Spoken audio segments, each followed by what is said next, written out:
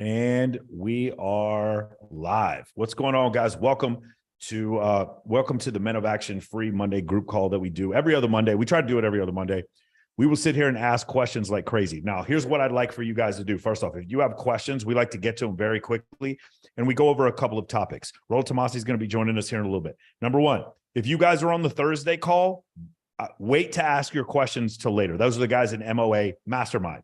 For those of you on the Tuesday call who have Q&A with me on the Tuesday call, which is tomorrow, wait to ask your questions later. I would prefer if MOA guys who've been in MOA for a while, I would prefer if you help me answer questions today so other people can see how Men of Action works, how we all hold each other accountable and how we lift each other up. So I want you guys to help me answer questions today on the Monday call for some of the newbies. I would prefer to have newer guys or people who are not in MOA or any of the ladies ask questions on these free calls. So here's what you got to do. You guys got to click the link down there. There's going to be a thing that says reaction. And in the reaction, there's one that says raise hand. So if you guys could click the reaction and raise hand and just have a question. Okay. The other thing I would ask you guys to do is make sure that you have your lighting set up good. Make sure it's not all jumbled and you're not running around or you look like you're in a dark room where you just murdered somebody. Try to not do that. Okay. Try to look cool. We got Tao Yao. He knows how to follow instructions. Let's give him a big round of applause. Tao Yao knows how to follow instructions. He raised his hand. For those of you who are new, I need you to not be shy. One of the things we learn in Men of Action, again, somebody did a clapping emoji. I don't need you to do a clapping emoji. I need you to raise your hand. So we have two people doing clapping emojis. Guys, when you do the clapping emoji, it doesn't show up. You need to go back and do the raised hand emoji. Okay, click there. There we go. Grimshaw, shout out to Grimshaw. Hey, we're becoming better men one step at a time. Incredible. So a couple of things. I want to get a couple more guys ready. Raise your hands. So now here's the first thing we're going to talk about. We got three guys. Valentine, nice. First thing we're going to talk about today, one thing that I didn't really get to talk about much. I did Rule 0 last Friday, and something that has just been very prevalent to me recently is that, gentlemen, we have got to stop snitching on ourselves. Okay, this is a big problem that men are having. You guys are getting into these confrontations. So, I have a ton of female friends. One of the things my female friends do, kindly, she sends me messages like this all the time, is that I get these really fucking beta male, passive aggressive, small dick energy messages that you guys send to women when the women don't validate you. And that's fine. If you need to get that shit off your chest, whatever. Okay. The problem is those messages, when do they go away? When do they disappear, guys? Unmute yourselves. When do they disappear? Never. Those messages, never. Those messages that you send to women saying, oh, I can't believe you stood me up. Those really beta, passive aggressive, whiny little girl messages little bratty messages that you send to women. When do they go away? Write it in the chat. When do those messages disappear, guys? Write it in the chat. Never. They go away. Never. So from this point forward, whenever you are writing a girl back and forward, you guys seen Texas Stadium, Cowboy Stadium? We have a 60-yard wide LED screen. Right here at Harmon and Las Vegas, we have a 100-yard long LED screen. When you're texting a girl, I need you to think that those messages that you're texting are going to go up on that LED screen. Would you still be saying that beta male shit? Would you? Would you? The thing is, I don't know if he's guilty or innocent. I don't want to say anything about that. You guys saw what Andrew Tate did, those voice memos, and those voice memos are being played all over the world. He leaves voice memos saying stuff that he wants to do to girls. When do those voice memos disappear, guys? Write in the chat one more time. When do the voice memos disappear, guys? That's correct. Never. They disappear. Never. Motherfuckers, stop snitching on yourselves. If a girl sends me nudes, you know what I do? I double tap, a little thumbs up, and then I say, go with God. Have a blessed day. When girls send me nudes, my response is, have a blessed day. Why is that? Why? What happens? You guys don't seem to understand. When you're seeing a girl and things are going well and you enter into like a sexual component of the relationship and you guys are sending back these hot and heavy messages. Oh, I want to put my dick here and your titties are this and that. And all these words, it's real cool and funny. You guys, no one will ever find out about this. No one will ever find out, bro. You got to mute yourself. No one will ever find out about these messages that we're sending to each other. Oh no, I'm totally safe. I'm safe because it's on text message. You know what she'll do, right? She's going to delete all of your messages. You're going to delete all of your messages. And then it's going to look like you just messaged her over and over again. I want your body. You're so fucking hot. And then you send a dick pic. Oh, a dick pic, right? You're going to send that. And she's going to screenshot it and send it to her friends, making you look like a fucking stalker. I've seen it happen. It's never happened to me, but I've seen it happen to other dudes. When you send those messages, go with God. Go with love you so much. When girls send you messages, oh my God, I want you inside of me. You're like, oh my God, that's really great to hear. Now, here's what you do. You guys really got to learn to mute yourselves, guys. Now, here's what you do. What you do then is you call them and then you get on FaceTime. What's something special about FaceTime, you guys? Hey guys, I'm so confused. Gillian, I'm about to kick you. Gillian, this is the last time I'm going to tell you, buddy. Gillian, if you unmute yourself again, I'm gonna have to kick you off. You've done that twice.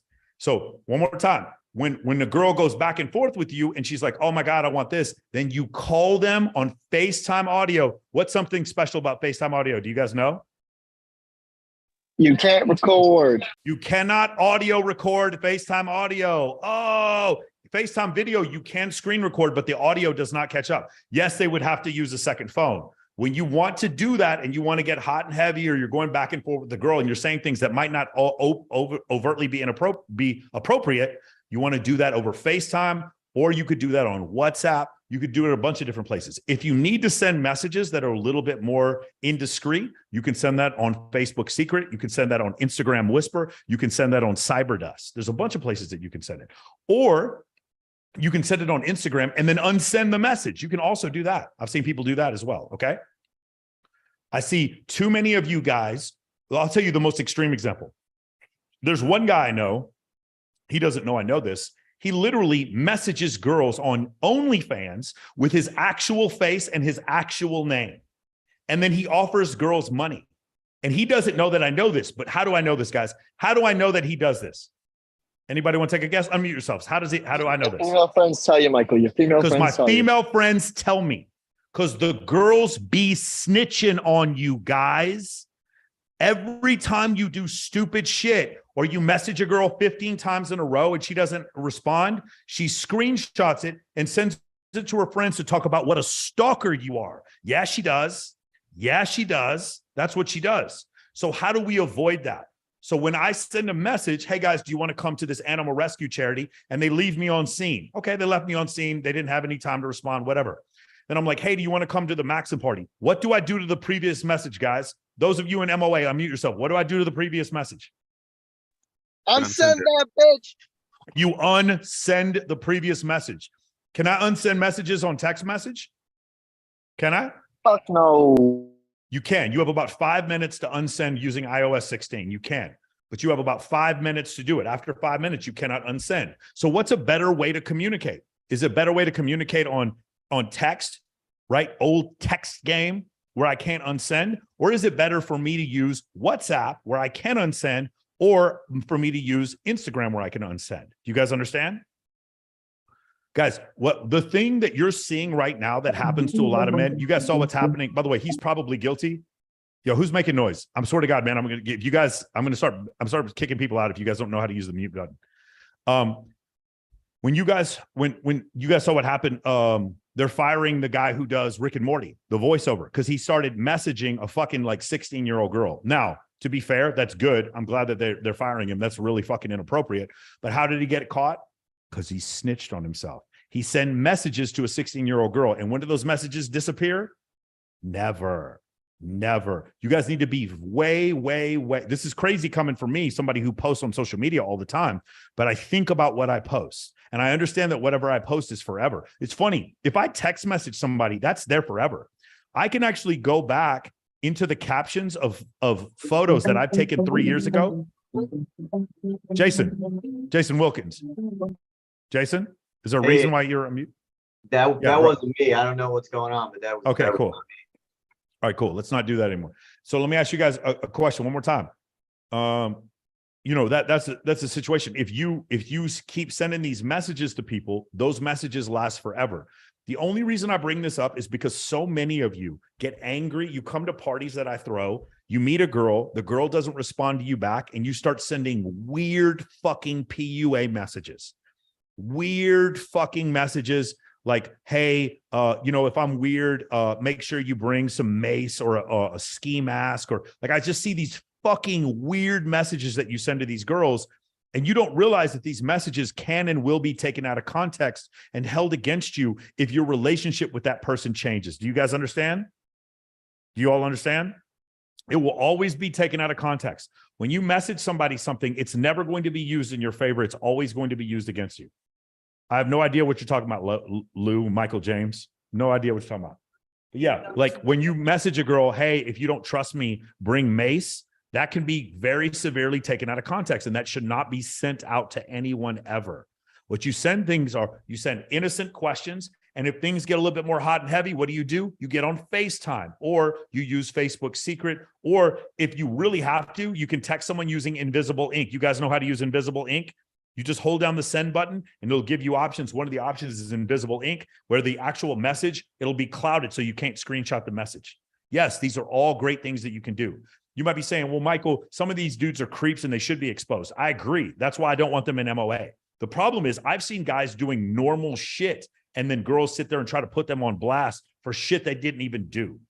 Girls, not most girls, 95% of girls aren't like this, but there's a few girls that have what's called borderline personality disorder. You guys should look it up. It's a cluster B personality disorder. It's in the DSM-5. It's called borderline personality disorder. And one of the things that happens in BPD, a great example of BPD would be like Amber Heard. Amber Heard physically abused Johnny Depp. Amber Heard shit on the bed. Amber Heard did all this stuff. So hey, Brett, who was 212603, bro? This is okay, guys. I'm sorry. So because this is like the 5th time that's happened, everyone's muted and you're not unmuted until I say so. This is getting a little ridiculous. So here's what happens. In this situation, what did Amber Heard do? She made up stories to try to get revenge on Johnny Depp, because she has what's called this is not my opinion. There's a psychologist who diagnosed her with this. She has borderline personality disorder. If you talk to a woman with borderline personality disorder, you can do everything normal. And what they'll do is they'll make the messages look like you were stalking them. And now you have to sit there and fucking defend yourself. Okay. Yeah. 212603, definitely bring Mace to his own house. That's funny. Okay. Beautiful. All right. You guys understand? So that's the first thing I want to talk about. So from this point forward, when we send messages and nobody responds on Instagram, we unsend the previous message. Okay. When we send messages on, one thing I like to do sometimes on text is I like to reply to a previous message that she sent so that it goes down. So it doesn't look like, hey, I'm just messaging out of context. You guys know I try to get you away from text messaging, and I try to get you more into IG, like communicating over social media, because social media comes with a presence. Meaning when I message you from my IG account, you can see my IG, which sort of verifies who I am. But a lot of times girls won't save your number, guys. They don't even save your number when you message them. Okay. So there you go. Appreciate that. Rational Male put it, borderline personality disorder. Hold on. All right. So again, you guys understand what I'm saying. Let me do this real quick. There's Rolo. He's chilling. He just got done with the gym, obviously, right? All right. So going back to what I said before, one of the situations is, so let's just say, a big social media influencer from Romania, he had messages about him that were saved. Those stay forever. So we will never do that in this program. We know that when a girl sends us a message, we're going to write back, go with God, go with Jesus. We're going to write back nice things. Okay. Vaya con Dios. That's what we're going to write back. When she sends us a picture where she's like fingering herself, what are we going to say? We're going to double tap heart or thumbs up emoji, but we're not going to send dick pics back, right? We know better than that, because what happens is then those things are used against, bro. What is Urban Vladimir doing? Does anybody want to, what the fuck is this? I just have to know, bro. I'm sorry. He's just trolling. Oh, okay, cool. That's fine. Probably want to remove him. Okay. Well, we'll give him a shot. See what he does in a little bit. If somebody does that again, man, just go ahead and remove them. So we got Rolo in the house. So guys, I want to, if you have any questions specifically in regards to that, that's fine. Let's go ahead and unmute Rolo. Yo.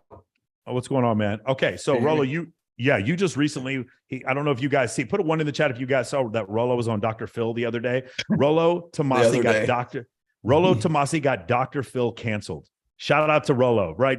He got Dr. Phil. That breaking news. Breaking. No. What happened is Rolo, he appeared on the show, and then like less than a week later, they announced that the show was canceled. So I guess real life hit Dr. Phil. I guess he found out that he wasn't useful to his wife anymore. Yeah, it's superfluous. So he has He's to go home and He's not be superfluous. Suddenly he's handle his wife now. superfluous. Yeah. It was funny. Handle his wife. Yeah. I wish I could take credit for it, but I can't. The show was actually shot, as you know, back in November, middle of November, 14, 15, something like that. So they shoot well in advance. His decision to leave CBS, or their decision to not like pick up his contract, is probably that decision was made probably months in advance. So it's like, don't think that I'm the one. It's kind of ironic that I was one of the last people on one of the last shows of Dr. Phil's 21 season run. So, but I thought that was kind of interesting. But there's a new article out right now, and I want to say it was in the New York Post and some other aggregate blogs. And now they're saying that the reason why his contract didn't get renewed, because he was trying to pretend like he was just sort of like, sunsetting himself and like, oh, I'm going to retire, but I'm going to do other things.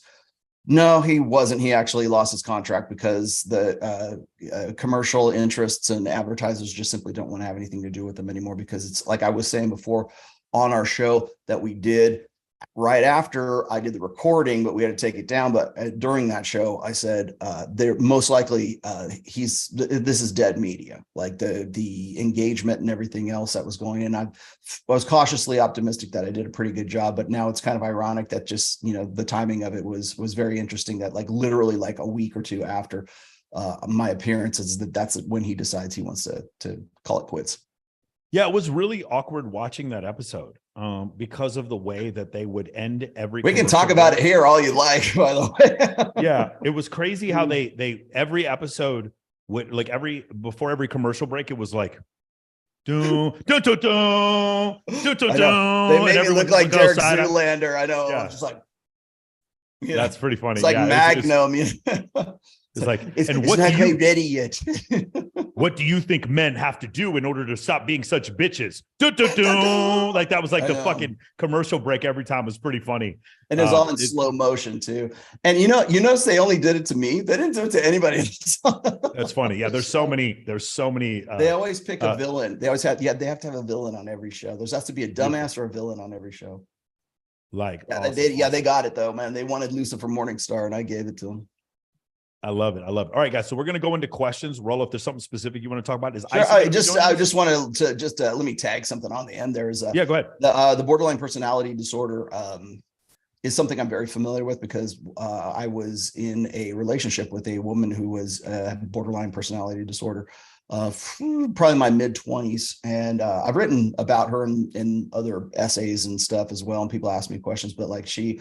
Clinically borderline personality disorder. And I will tell you that for a guy who is very blue pill, there's nothing more dangerous than a woman with BPD who is a hot piece of ass. She will give you porn star sex, but she is crazy in bed and crazy out of bed. And so it's there's a whole process. I put one of my essays about this in the chat there. So if you guys want to check that out later on, you can. Very experienced with BPD. So just throwing that out there. Beautiful. Yeah. If you guys want to read about it, there's a couple of books. One of them is called Walking on Eggshells, Living with Somebody with Borderline Personality Disorder, which I would recommend. Also, the other book I would highly recommend is Conquering the Sociopath Next Door.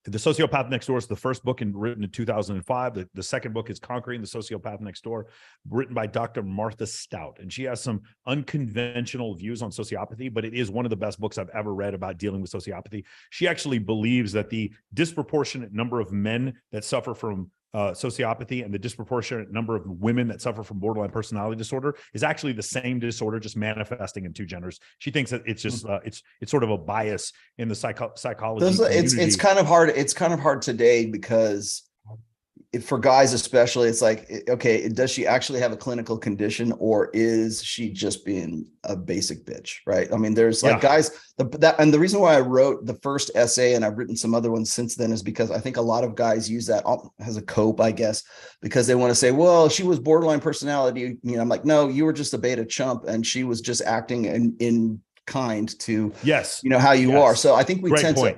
like when we talk about we use the term SPERG all the time, like Asperger's syndrome and stuff, or autism. There's definitely a reality to that, but I think a lot of guys self-diagnose with, like, they say, oh, I'm on the spectrum, whether they actually got it diagnosed from a clinical psychologist or not. They just think they do. Same thing with like, it's like these pet kind of psychoses that we want to sort of apply in a way to say, well, that's why I did what I did. It's almost like instead of the devil made me do it, it's like the BPD made me do it, or the Asperger syndrome made me do it, or the NPD, by the way. And that's another thing I think people get confused is bipolar, or not, okay, there's bipolar disorder, there's borderline personality disorder, and then there's narcissistic personality disorder, which is NPD. So if you see someone like Meghan Markle, good example of NPD, not necessarily BPD, because you could sort of make a case for that, but definitely NPD as far as Meghan Markle is concerned. So there's a qualifiable difference between all of those diagnoses. Yeah, and just so you guys if you guys want to go into that any further, I invite you to go check out my episode with Jamie Lynn, where we go over, she's writing a book on narcissism, where she talks about narcissistic personality disorder, a borderline personality disorder, and antisocial personality disorder. The fourth disorder is called histrionic, but not a lot of people have histrionic. Yeah. That's a rage. You will know if it's histrionic. Yeah, but like if you want a good example of NPD, just go watch the new Netflix documentary on Prince Harry and Meghan Markle, and that'll probably teach you all you need to know. So here's the thing: from you guys not being diagnosticians, I really wouldn't worry that much about it. Yeah. It's not that big of a difference if someone's a narcissist or BPD. You just know you need to avoid that type of person, and the likelihood of them getting treatment. There is some treatment for narcissism, a little bit less treatment for borderline personality disorder, and absolutely zero treatment for antisocial personality disorder. So those are some of the things you might want to note. Also, antisocial personality disorder is it's called, before the age of 18, it's called conduct disorder, and it's genetic. So that's one of the things about antisocial is it's genetic, whereas narcissism might not be genetic. So these are things that you might have to deal with. But for someone who is asking what's a red flag for BPD, a normal person, like for instance, if I was dating a girl and I would call her and she wouldn't call me back, and I would call her and she wouldn't call me back, a normal person might say, well, when she calls me next time, I might not call her back. That's a normal tit for tat. Someone borderline personality disorder, if you have a girlfriend with BPD, like you don't call her back, so then she goes and fucks your brother. That's BPD.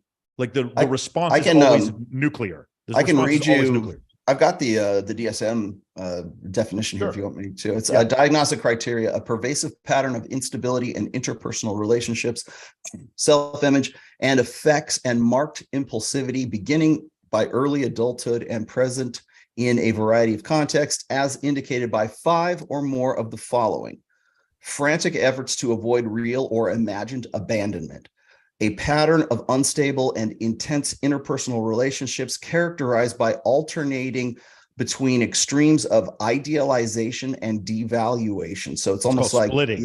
Splitting. It's called splitting. Yeah. Identity disturbance, markedly and persistently unstable self-image or sense of self. That's when you get cutters. Okay. Impulsivity in at least 2 of the areas that are potentially self-damaging: spending, sex, substance abuse, reckless driving, binge eating.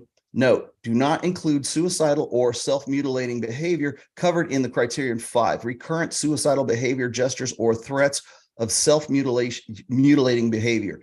Affective instability due to a marked reactivity of mood, meaning intense episodic dysphoria, irritability, or anxiety, usually lasting a few hours and only rarely more than a few days. Chronic feelings of emptiness, inappropriate, intense anger or difficulty controlling anger, frequent displays of temper, constant anger, recurring physical fights, and jealousy. Transient stress-related paranoid ideation, or severe dissociative symptoms.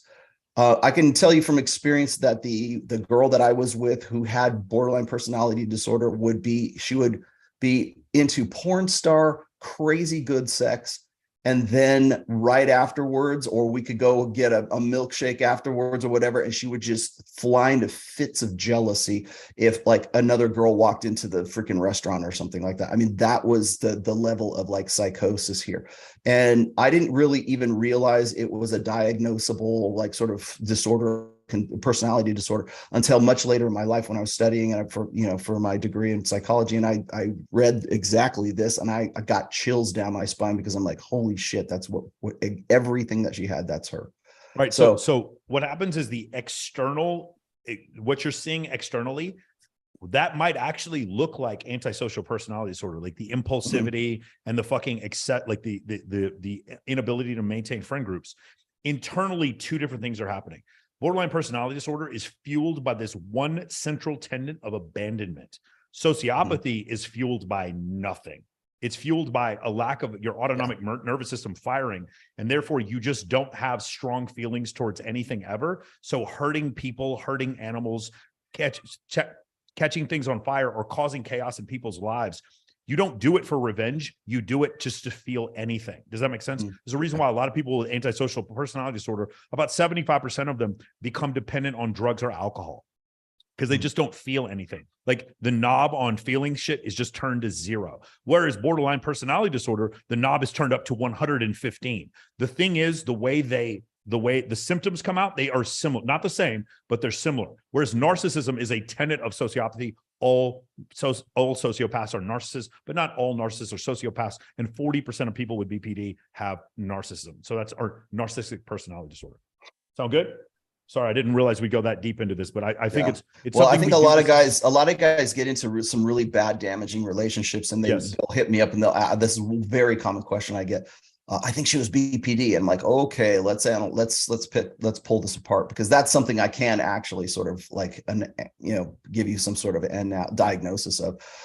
The other part is that when guys who are very blue pill, who are very sort of codependent, and when they are very accommodating, people pleasers, appeasers, when they get wrapped up in a borderline, a BPD relationship with a girl who's got BPD, they will do anything to keep that sex going. They will do anything and everything. Yes. And usually what that means is they will give up friends, family, they will give up everything, because what happens in a BPD relationship is guys will eventually think that they are the source of her BPD problems. And if he could only fix himself, then she would be better and they could get back to an idealized state. That is never going to happen because she has a clinical problem. So what happens is the reason I even included it in my books is because and by the way, if you want to read more about it, it's in my 5th book, which is the Player's Handbook. It's towards the end. Just sort of like that chapter was the 5th chapter was about warnings, and one of them was borderline personality disorder, because guys get wrapped up and engrossed in it, and it will literally fuck up your life psychologically and just financially, emotionally. There's this isolation factor that goes along with it, because BPD women tend to want to isolate the guys, or they're like parasites, right? They want to latch onto a host and they have to isolate the host. And that means you will give up on your family and your friends and everything else, because you'll start to think that her psychosis, you are the source of the reason, you're the reason basically why she has she acts the way she does. And if you could just change your life to accommodate her, then the sex would be always great and she'd love you for unconditionally and everything else. And it's absolutely an insane position for guys to be in. And I've seen guys actually commit suicide as a result of it. So that's why I put it in there. So let's look at some warning signs. He brought up a great one. When they're trying to keep you from different, okay. So for instance, if you're a guy, a lot of times guys will be like, don't talk to my exes, don't talk to this person, don't talk to this person. I had a business partner who would tell me all these people I wasn't allowed to talk to. Okay. That's one big sign. For instance, if Rolo went and talked to, the fat kid in Brazil, I wouldn't give a shit. It doesn't matter because Rolo's Rolo. He's free to do because I'd say to him. Yeah, exactly. That's the thing. And if I'd say like, hey man, my buddy, you doxed his fucking daughter, I'm going to break your fucking jaw, I might say something like that. So like, that's the thing. If you want to talk to somebody I don't like, I'm not going to hold that against you. I'm never going to, like, for instance, MOA, we have hundreds and hundreds and hundreds and hundreds of satisfied previous clients. So I want you to talk to all of them. I never have a problem with people in MOA talking to other people in MOA. That's why I create groups. You'll notice other coaches don't do this because they want to keep you separated so that you don't share your experience. Somebody with narcissism, somebody with BPD, or somebody with antisocial personality disorder, they're all going to try to separate you in different groups. They're going to keep this part of their life from this part of their life because they've got two different families or whatever, or business partners that they've ripped off previously. So that's one thing you should be looking for as a red flag. Another thing is, did she burn through all the dudes in St. Louis and then burn through all the dudes in Atlanta and then burn through all the dudes in San Diego and now she's moved to Las Vegas? Pay attention. Has that sort of thing happened where this friend group that she has, she just leaves this wake of nuclear destruction in every city she lives in. So she has to move to a new city, because she has an inability to maintain friend groups. That's another thing that I would be looking for any three of those cluster B personality disorders. Here's the third one, impulsivity. A lot of times it's like, you'll just meet a girl and she'll be like, fuck me on this car or fuck me on this balcony. You're like, wow, that was the greatest sex ever. That was like a porno. Yeah. And then, but the thing is, you need to ask yourself, guys, real talk, look at yourself in the mirror. Are you really a 10? Are you like a 6? Are you a 5? Why did this random girl just let you fuck on a street? Why did that happen? Why did you fuck behind a dumpster? Is it because you're the only one and she's your soulmate? Or could she have a problem with impulsivity? Lack of impulse control is another sign for narcissism, BPD, and for sociopathy. You guys got that? Okay. If your boys say that bitch is crazy, it's not, oh, girls are crazy. No, she's actually crazy. There's actually something fucking wrong with her. That's what we're talking about. You guys got that? Okay. So that's those are things you need to understand, right? A lot of times guys, when they get in, because you have to understand, dealing with somebody with a type 2, a cluster B personality disorder, that's a lot of baggage. Why would guys do that? Because the girls are hot and the sex is good. Sound familiar? That's the reason why. A lot of times these girls can't have functioning relationships, so they end up doing OnlyFans or whatever. I'm not saying every girl with OnlyFans has, a cluster B personality disorder, but a lot of times they'll do that. So now look what's happened. They're hot, they have unstable relationships, but they're making $100K a month, filming them fucking random dudes. Then all of a sudden they're good to go and they've got a new fucking G-Wagon. That's the way it works. The world isn't fair. Sorry to tell you guys. Those are things we just want to warn you. Rolo and I, we want to warn you that as far as women are concerned and as far as business partners are concerned, it's the same problem. You're going to notice these things, right? Here's another thing. Dr. Martha Stout talks about this specifically in her book, Conquering the Sociopath, or it's called The Sociopath Next Door. If some of you new guys, Dylan Dude, Johnny Taylor, okay, if I'm sitting there talking to you and then the first time, I break something in your house, then the next time, I take your car without asking you. And the third time I make a move on your girlfriend. In all three of these cases, I sit there and act like I'm actually the victim. You are dealing with someone with a cluster B personality disorder. If they are consistently doing things that are wrong, but they're acting like the victim, what people in relationships would call gaslighting. If you get 3 instances of that, that person is blocked from your life. That's the rule that she has in her book, The Sociopath Next Door. Another thing that's really one of my favorite things about Martha Stout of all time. She wrote a book in 2005 called The Sociopath Next Door. Then she wrote another book called Conquering the Sociopath Next Door. And the book got horrible reviews. There's all these 1 and 2 star reviews on the book. So I go read the book thinking, man, I can't believe the second book is so terrible. I read the book, guys. It's fucking fantastic. Why did she get 1 and 2 star reviews, guys? Because chicks. No. Why did she get 1 and 2 star reviews? The title of the book is Conquering the Sociopath Next Door. Why did she get 1 and 2 star reviews? Sociopaths reviewed it. That's exactly right. Because sociopaths, because what had happened was the original book caused so much chaos in sociopaths' lives. It allowed people, this was the first book in pop psychology to actually be able to identify in a simple non-diagnostic way on whether or not somebody needs to be removed from your life. And the book caused so much chaos in sociopaths' lives that when the second book came out, they all got together and fucking gave the book horrible reviews. They were saying shit that, Rolo, you should see. There's reviews in there about stuff that isn't even in the book. It's crazy, bro. I was just like, oh my God, that is so nuts that something like that happened. So it was one of the funniest things that I'd ever seen, man. Yeah, the review, exactly. They review bombed the book. That's exactly what happened. The book didn't sell very well. It's one of the best books I've ever read, though. Highly recommended. It is one of the required readings in the MOA catalog for you guys to read that book. Because even if it's not a sociopath, you need to recognize, is this person always trying to separate me from someone else? Is their reaction to me either, I love you, oh my God, you're the greatest person in the world, or you're a horrible piece of shit, I can't believe you looked at that other person?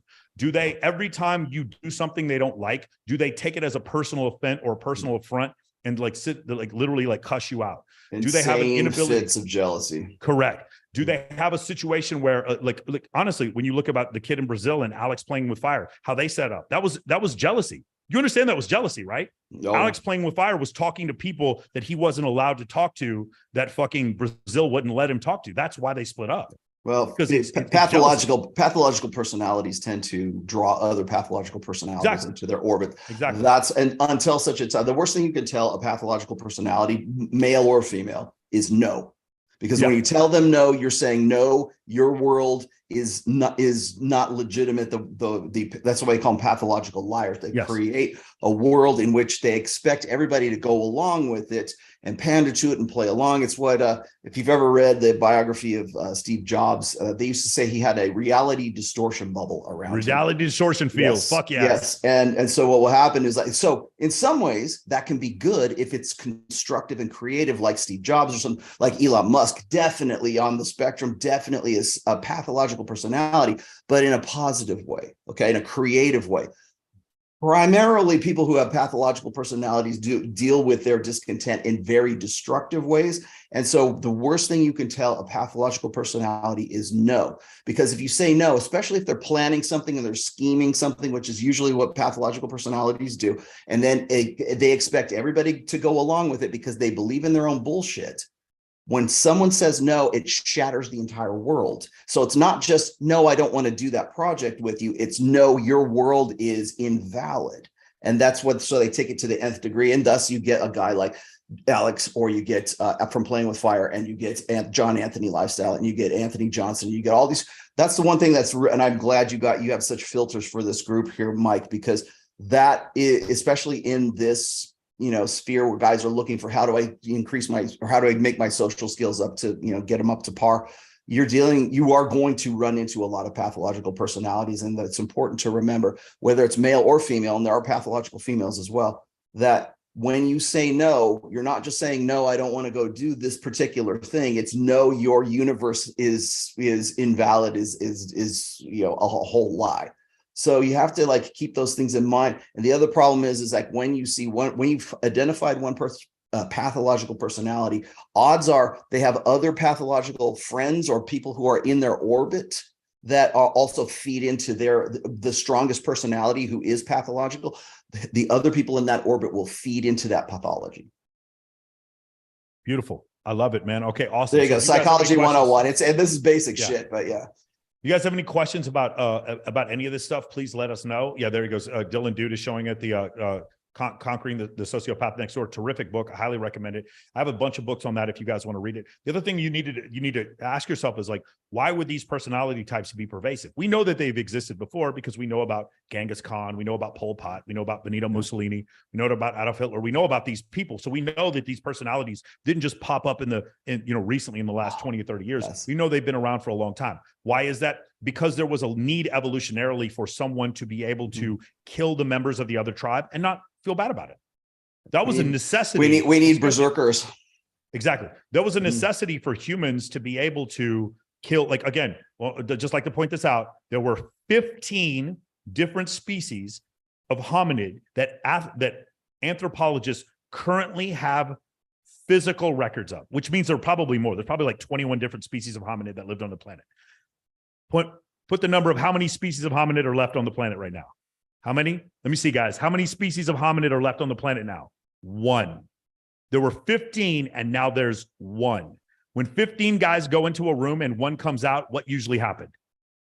We fucking killed and ate the rest of them. You belong to the most violent species that has ever lived on this planet. It's a good thing. We've learned to live with each other, but that intellect that we have that allows us to discover the mysteries of nuclear fusion and solve Sudoku puzzles, that same intellect, the original purpose for it was for us to compete with other species of hominids in order to kill them and to get into a sexual competition with other males for females and with other females for sexual access. That was the reason why we're so intelligent. The reason why we're so intelligent wasn't to save the planet or to discover oil or to create fucking electric cars. The purpose of our intelligence was competition. The purpose of our intelligence is we are a very intelligent predator. If you notice, Homo sapiens you guys notice when you run, Your head stays still if you actually know how to run. It's because there's these ligaments in the back of your neck that cause your head to stay still when you're running. So I can run and my head stays still. I can throw objects overhand. Not a single other mammal on the planet can throw objects overhand. Not apes and chimps and monkeys. They fling doo-doo at each other underhanded. They cannot throw overhanded. We can throw overhanded pretty accurately. You don't believe me? Take a look at a guy named Tom Brady. Okay, we have the ability to throw objects overhand with incredible fucking accuracy. Human beings do. We have kneecaps that allow us to be able to use these big lower limbs in order to walk long distances. We have sweat glands. Pigs don't have sweat glands. Several other mammals, bovine, don't have sweat glands, so they can't go long distances. So we have two eyes in the front of our head, the ability to throw overhand. We can walk and run long distances. We have sweat glands. We have knees, abductor and adductor muscles that allow us to walk upright.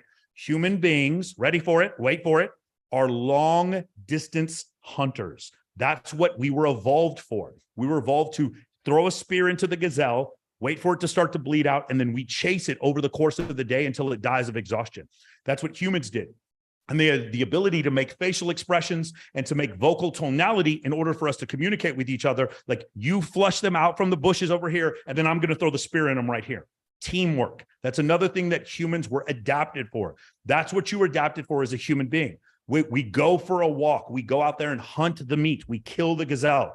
When really, really wealthy people, very successful people have to make a decision, what do, guys? What do? They go, take a walk.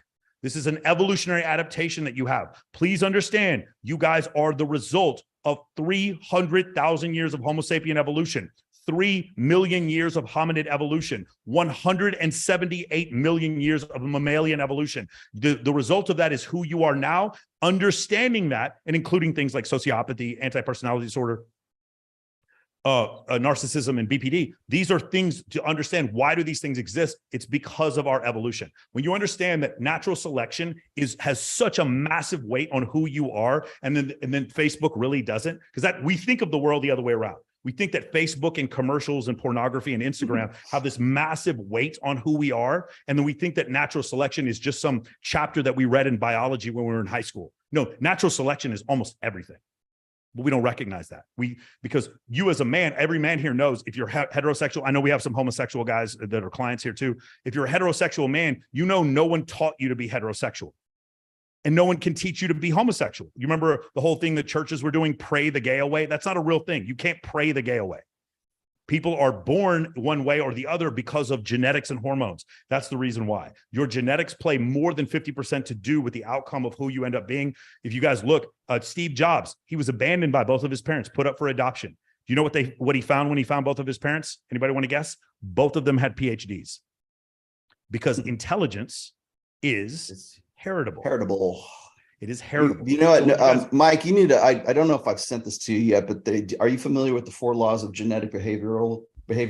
I've heard this, but I don't remember. It's a little too involved to get into right now, but I will send you the just the outline of it. It'll just blow your mind.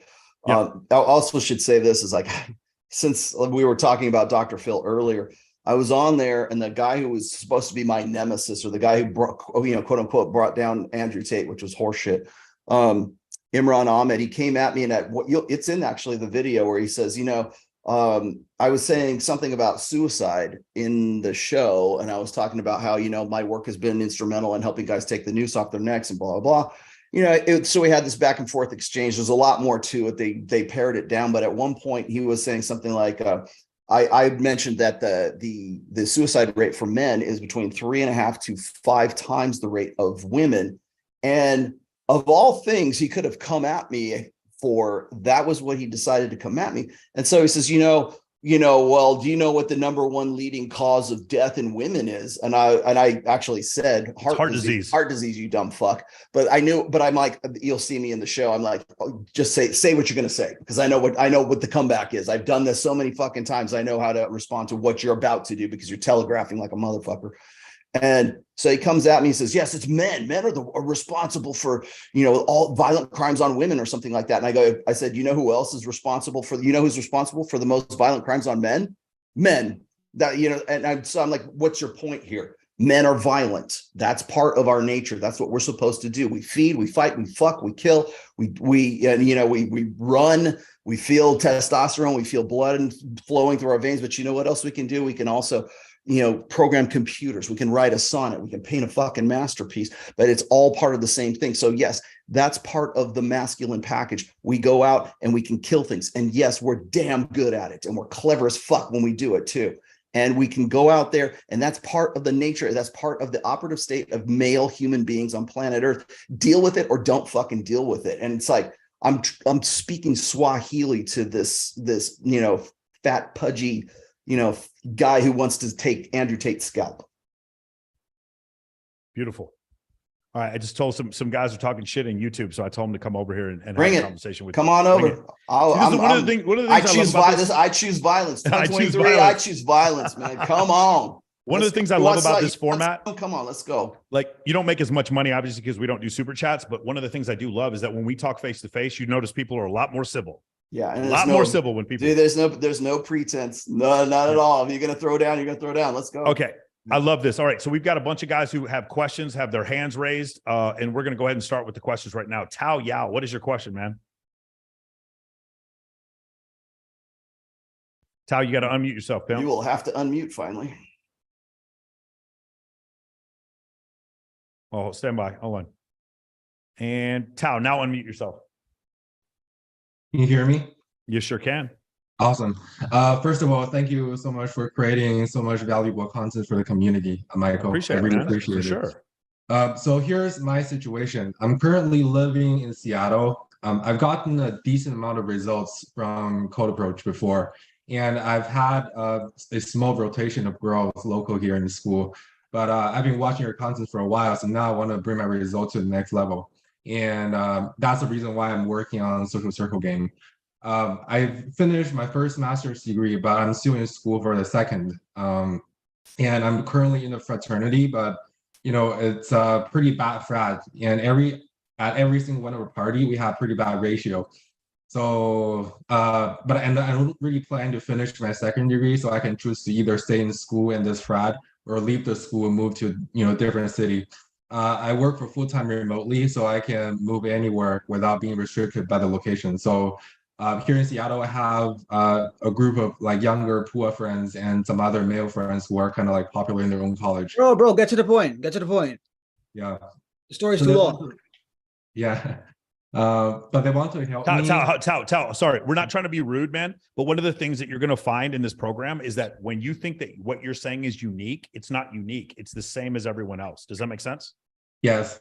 And so hold on, let me finish. One of the things we do sometimes as men is that we sit there and we explain our whole thing when it really is, did my girlfriend cheat on me? Or how do I get more girls? Or how do I make more money? Because we're all having these same universal struggles. When we give this whole explanation, what we're doing is we have a big ego and think that our situation is so much different than everyone else's. Tao, you're one of 110 billion humans that have ever lived on the planet. I promise what you're going through, a lot of people have gone through before. So one of the things I make guys do is I make them rephrase their question, but you got 2 sentences. Can you do that again in 2 sentences, Tao? Yes. So my question is, what is the best move for my life next? Should I stay in school or should I go out and, work on something else? Okay. So you already have 1 master's? Yeah, I have 1 master's already. I don't need a second one. Do you have a path forward to make the money you want to make? I do. What is that path? Quickly. I'm already working full-time as a software engineer. So a software engineer? Yes, it's fully remote. Okay. I mean, that's a pretty good amount of money. Could you do that and still live the lifestyle that you're asking me about? Or do you don't think you can? Should be.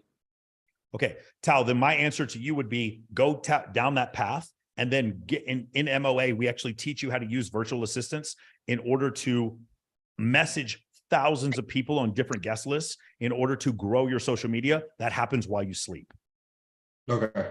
Does that make sense? So we fix your social media. Now that lasts forever. Once your social media makes you look cool, that lasts forever. It shows you access to scarce resources. Then we teach you how to use a list. A lot of us already have prefabricated lists that we can get you. And then you start inviting people to other events. Remember the 4 steps of MOA. Step one, fix your Instagram. Step 2, build your list. Step 3, you need to find a bunch of events to invite people to. Step 4, you need to bring 6 girls to some of those events. What if I'm having a really hard time to like find events to bring other people to? What city do you live in? Seattle. Cool. Then you just talked to some of the guys in Seattle. Also, here's another thing. Ready? This is going to make your fucking head explode. You can invite people to events that you can't even go to. I've heard about that. There's no reason you can't invite the 50 hottest girls you know to Babes in Toyland March 18th. Why can't you do that? Just invite them. I'll put them on the list. Okay. You'll now have open threads with them. That's true. Got it? Yes. This is not time consuming, dude. It isn't. But I promise you, whatever your background is, and I don't appreciate your background, but there's several thousand people of us watching, several thousand people watching. And when you go through all these things, when your question was, how do I get, like, I don't like the quality of girls in this frat or whatever, when you do that very quickly, we all know the background. You're a dude. You want more girls. None of us are unfamiliar with this cause, bro. Do you understand? Yes. And we're saying this because we like you, not because we don't like you. Me teaching you how to ask that question in 2 sentences is a fucking life skill you can keep for the rest of your life. Because someday you're going to have, with your software engineering, you're going to have this incredible app that you want to sell. And you think I need to go talk to the venture capitalist and give him 16 paragraphs, when in reality, if you can explain it to him in 2 sentences, you'll become a billionaire. Got it, Tal? Yes. Sometimes people with super high IQs like you, they think we need a long run out explanation. We don't. We already have the context. We're all human beings. Got it? Okay. Yes. Rolo, do you have anything you want to tell him? Rolo, you're muted, buddy. Sorry. I got it. Sorry, I got a little bit of echo. I'm going to just read you something here. This is a quote from a study here. It was done on depressed people. Okay. Depressed people who belong to no groups at the start of the sample for this research reduced their risk of depression by almost a quarter if in the meantime they joined even one group. If they joined 3 groups, it reduced the risk of depression by almost 2/3. So what I'm quoting here is from some research that said, like, people who are like introverted, who are like sort of at risk for like clinical depression, the way that they were able to sort of change the direction of their depression was by getting these guys social and getting out there and getting and doing stuff. So when guys come to me and I'm doing a one-on-one, or if I've got guys in my Patreon group, they'll ask me, how do I do this? How do I do that? I don't know. I don't have any friends. What's this Babes in Toyland stuff? It's getting out there and it's doing it. It's involving yourself and it's networking, because what will happen is once you start doing that, you become more social and you learn social skills right there in the moment, learn by doing, and you see that and you're part of a group. The first thing I ask my guys is, are you a part of a tribe? Like, how do you interrelate? Before you can relate with women, you've got to tell me how you relate with guys. What's your network like? What's your sociability like, I guess? And so when you are in those groups, most of the time when I'm dealing with guys who are like, I don't know, how do I get a girlfriend, Rolo? It's usually they're seeing me from behind a screen, or they've learned their social skills from text, or from, the safety, the buffer that is sort of digital media. You have to get out there and you have to get out there and do it. In fact, it's so predictable that they can do these experiments where it's like guys who are, clinically depressed, put them into groups, put them into one group. It lowers their risk for depression by a third. Well, put them in 3 and it lowers it by a third. It's quantifiable that if you seem like you're like sort of this isolationist and you're very introverted and you're like sort of pensive and brooding and everything else, and you have no social skills, the best way to develop those social skills is to go out and join groups, get a tribe. So start putting yourself out there. And I know sometimes it's really hard for guys to do, but you're not going to be able to get into something like you're not going to be able to relate with women and be a good conversationalist with women until you can be one just in general. So if you're an introverted kind of person, people ask me and say, Rolo, do you think that introverts are just like, that's just the way they are? I'm like, yeah, they can be. I'm a very introverted person. You wouldn't think so. when I'm talking to you, but like when I'm hanging out with my friends, I have very introverted hobbies or things that I like to do. I'm a writer, right? So I have to be kind of a little bit introverted. But when I turn on when I'm out and about, when I'm out in the clubs, when I met Mike, everybody else, it's like I'm very extroverted because I can be, because I've learned the skills to be extroverted. So if you're in a position right now, and a lot of guys, if anybody's like in a state of sort of depression, or they're kind of like confused and frustrated, and the typical incel kind of like angst, 90% of the time you can sort of like you can reverse that by just getting yourself out of the house and going in, I don't know, playing basketball, find a guy who's a workout partner, go to join the fucking chess club. I don't care. Have a group of guys, start tribes, and you will see that your attitude and your mindset start to change. It's gradual. It's wax on, wax off. It'll take some time, but you have to put yourself out there. And that's often the hardest thing for guys to do when they're changing their minds about themselves. They can say, okay, I really need to get out there. I'm going to read Rolo's book. I'm going to buy this. I'm going to go check out this program. But if you don't do it, nothing happens. You can read all 5 of my books. And if you don't go out there and you put them into practice, it's like, thanks for reading the books, but they're not going to do you any good unless you go and put them into practice. Hold on. Tao, did that answer your question? Yes, absolutely. Please remember those first 4 steps. 1, fix your Instagram. 2, build your lists. 3, you need to find events to take people to, or to invite people to. It doesn't mean you have to go to them. And 4, you need to take 6 girls to those events. Make sense? Yes. Beautiful. I love it. Hold on. I need to do something real quick. Uh-oh. And now for something completely different. Hold on. Don, will you repeat what you just wrote here? Because I don't understand what the fuck you're talking about, dude. I'm sorry. That's too much, Don. Don, unmute yourselves. Oh, what's up? Hey, how you guys doing? Don, what did you tell him to do? So basically, like, if you feel that you don't know what to do and you're making a lot of money, right? You could put yourself in different environments, go to a strip club, feel up a woman, get an escort. What the fuck are you talking about, bro? No, that's not what you said. You said hire an escort. No, bro. Don, What are you doing, bro? I'm sorry. My apologies to everybody on this call. No, you don't have to apologize. I'm just like, I'm trying to understand your rationale here. Yeah. What's your thinking? Follow me along with your logic. So a lot of guys are like, all right. They feel creepy when they touch a woman. They're like, they don't know how to kiss a girl, all that stuff, right? No worries. Go out and test yourself in an environment that you can fail in a place that you can actually learn, get feedback. So why not? If you have money, there's not a problem leading with money as long as you learn something right. That's my opinion. Yeah, Don, I think it would be way better if you actually just learn that skill set by having female friends and then doing it that way rather than paying women to let you feel them up. Mm-hmm. I don't think it's a good idea, Don. Yeah, I think that might be problematic. I also don't think you should lead with money, because once you lead with money, you always have to lead with money. And that's when relationships get really messed up, 100% with money. Okay. All right, man. Very confusing. Don, join MOA. For fuck's sake, join MOA. Thank more you. than anyone. Jason Wilkes, what's your question, Jason? Hey, Jason Wilkes, what's going on? Like a statistical question. So I hear there's a statistic that's I've seen on a couple of podcasts related to the like 30% of men aren't having sex between like 18 and I think it's 28 or 30 or whatever. And there's a graph that's pointed at in like 2008. That's kind of when like Facebook Messenger came about. Do you guys remember what I'm talking about? Of course. I did some It's Googling. not Facebook Messenger. It's Facebook on the iPhone. Right. But Pornhub came about and around the same time. Do you think it's more so that more women started to engage in a larger marketplace, or more men kind of withdrew from the marketplace? Oh, it wasn't one that more they than withdrew for the marketplace. Is that they lost the skill set.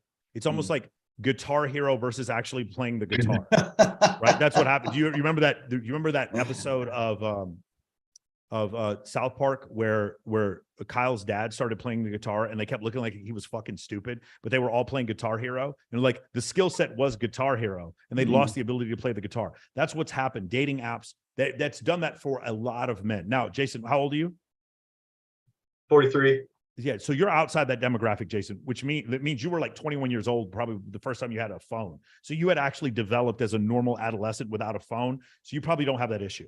The issue is with other people who have, they never developed the ability to speak to other people in a normal way. The second thing is like this.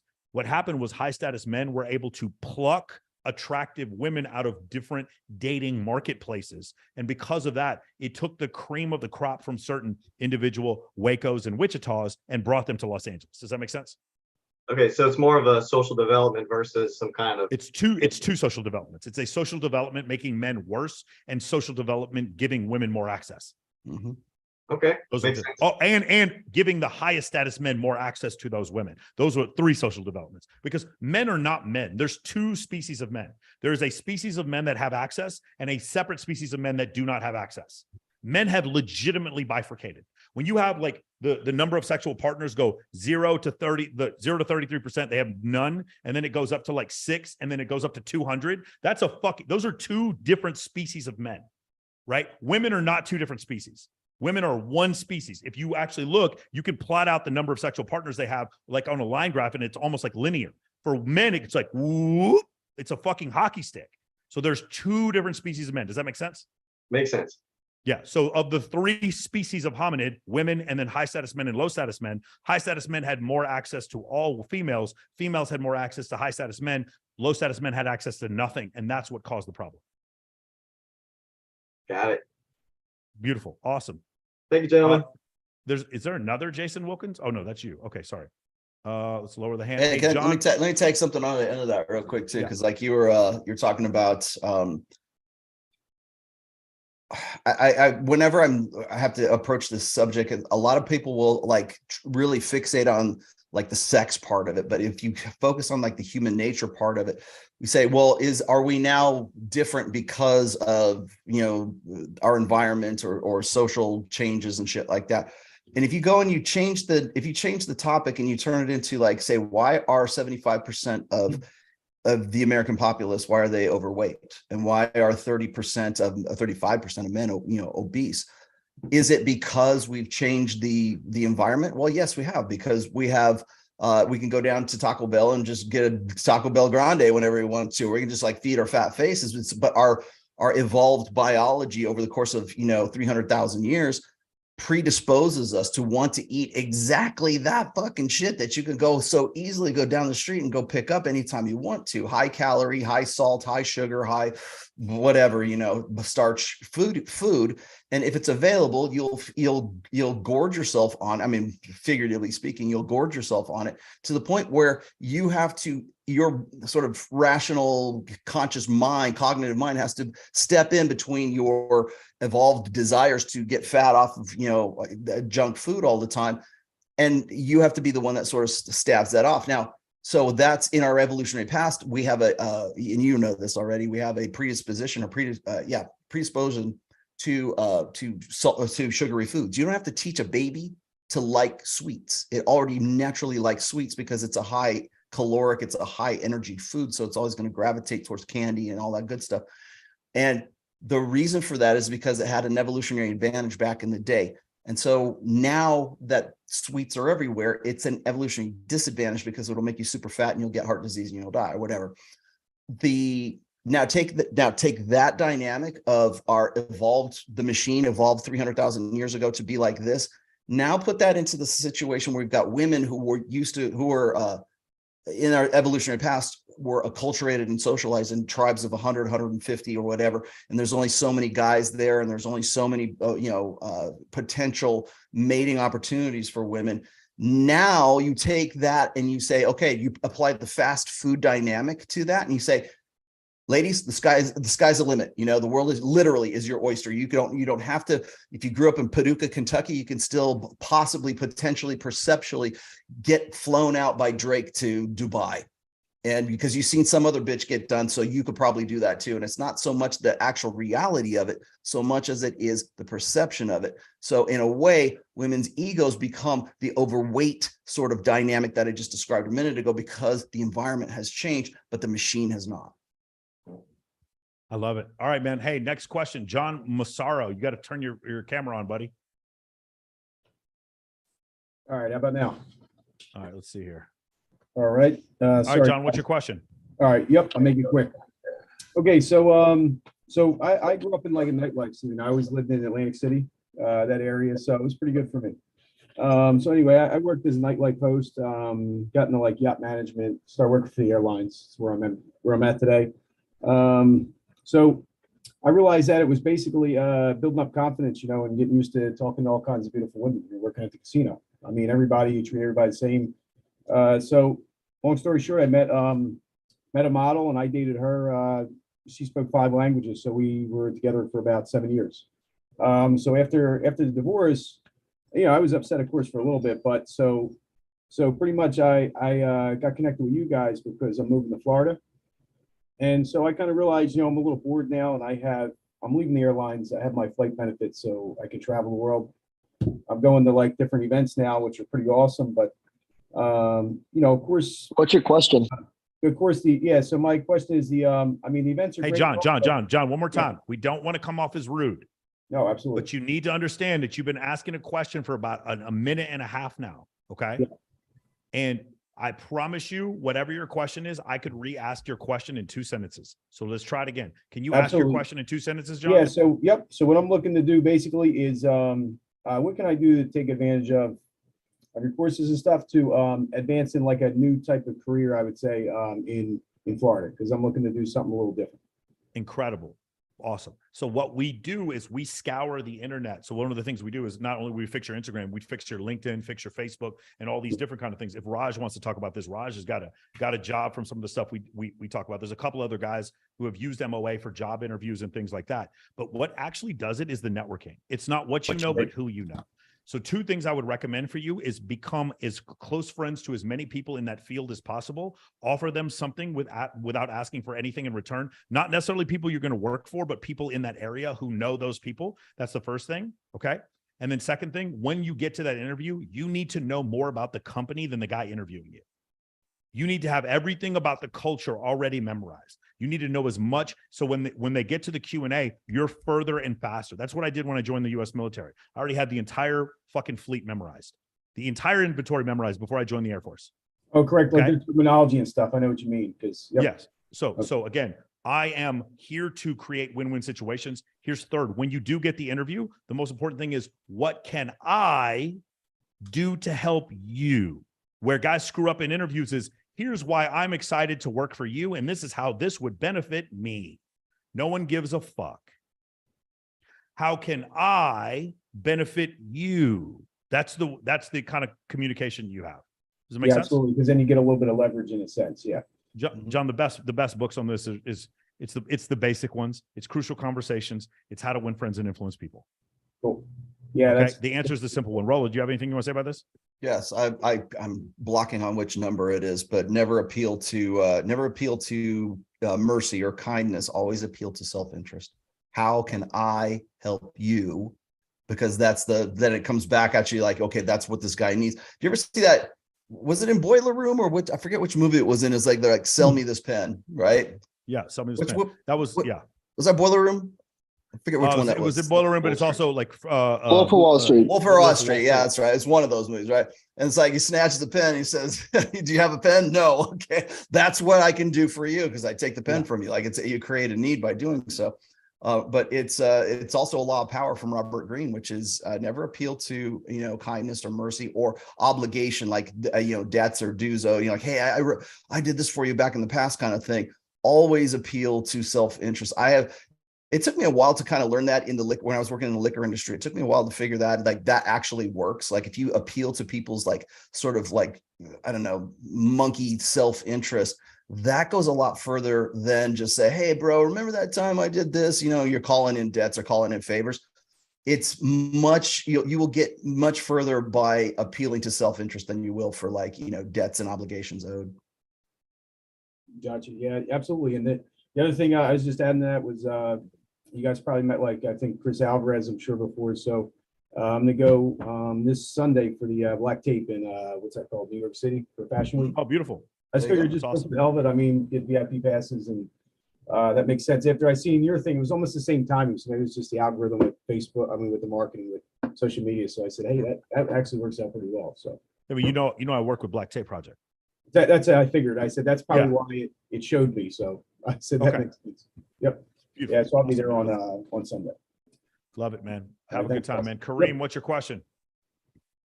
Going on, Mike. So I got a question for Rolo that I've been meaning to ask him for years. Yeah, since I read your first book. So where would you say is, because when it comes to communicating with your partner, where would you say is the line between negotiating desire and communicating your needs or preferences to your partner, right? Because both of them involve communicating, but I think there's such a subtle line between the two. I have an example, if maybe to help illustrate the point. Yeah, go ahead. I don't know if it's the best example, but hopefully the point comes across. So as you say in the book, right? Let's say you say, "Hey, honey, I'll do the dishes once a week," and you give me blowjob once a week, right? That's negotiated desire. Open negotiation. Right, that's a no-no, right? But then let's say it gets subtler when you say something like, let's say you and your girlfriend only see each other on the weekends for work responsibilities or whatever, and then the way you stay in touch in the week is she's texting you all the time and you're calling her all the time, right? Because you just like to talk on the phone and you think it's more personal and it's just more meaningful to you to talk on the phone rather than text. If you bring that up to her and it's like, "Hey, I would like to ask you that maybe you call me rather than text me, and I'd rather talk to you on the phone rather than text," is that just communicating needs or preference to your partner, or would that go into just trying to negotiate desire, where it's like, I want you to do this thing that you're not doing for me right now? Like, where is the line between those two? Okay, I like the text versus like actual talking thing. So what I'm going to tell you is this, and this is probably across the board, no matter like when I talk about communication and stuff like that, men and women communicate differently. Let's just get that out of the way.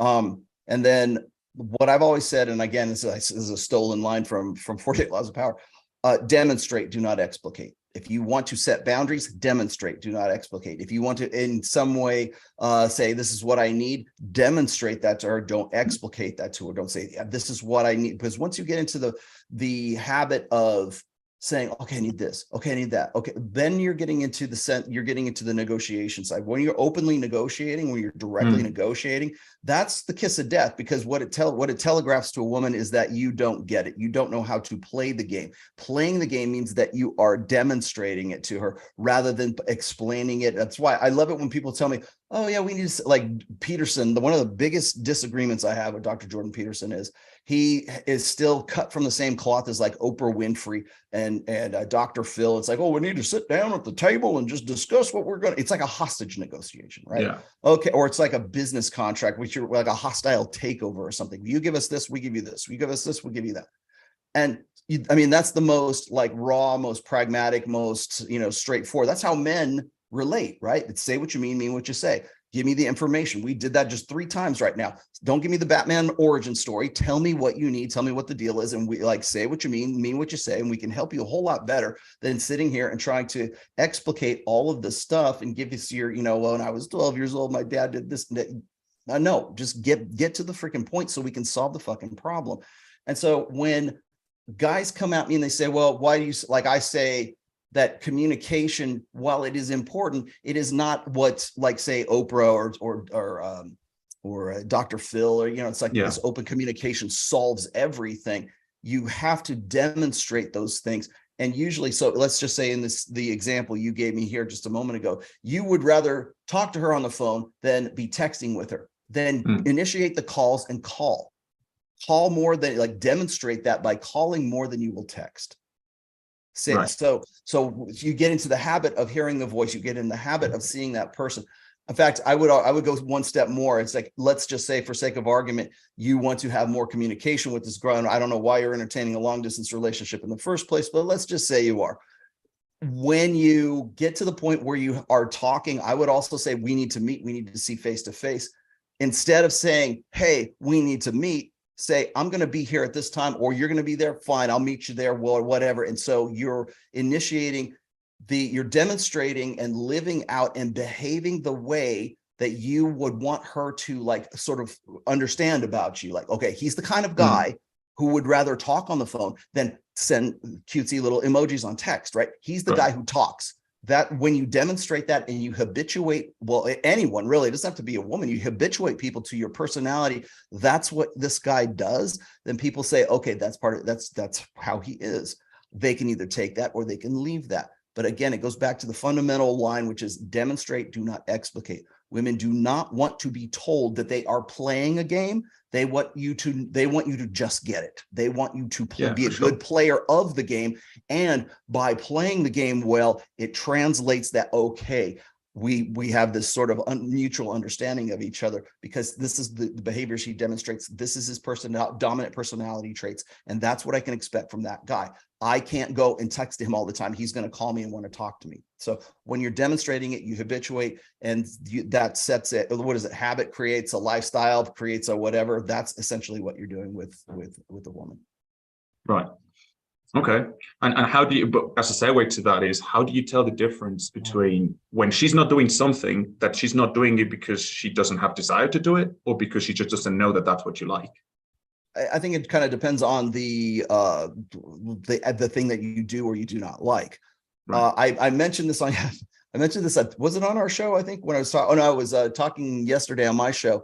Somebody had asked me about like compliments or gifts or because Valentine's Day is coming up, or flowers. That's what it was. It was about flowers. And I said something to the effect like, you'd never give women flowers. Never, never, never, never. Do not give gifts. Do not give compliments until they're at such a time that you have developed a relationship with that woman. And then that act of giving that gift or giving those flowers or giving that compliment also, by the way, becomes a way of reinforcing desired behavior. So what do we do? When you see like in the corporate world, right? When I had a 9 to 5, when I was working an office job or whatever, if you see some chick in the office and suddenly flowers show up on her desk, it's either her birthday or it's Valentine's Day. And if it's not, the guy fucked up. Usually most guys will give a compliment, or because they're like, oh, you're so pretty, like they're trying to get something.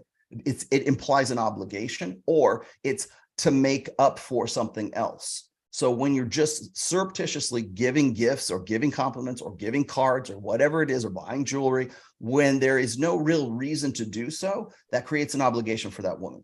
So what I tell guys is this: I'm not saying don't do those things. Don't not give your girlfriend flowers or whatever. I'm just saying that like if she like blows your mind in bed the night before, then maybe on Monday morning, flowers, just surprise, surprise, just some flowers that showed up. It's like a reinforcement for desired behavior. And by the way, before you think that that's horribly manipulative, women do exactly the same thing for guys.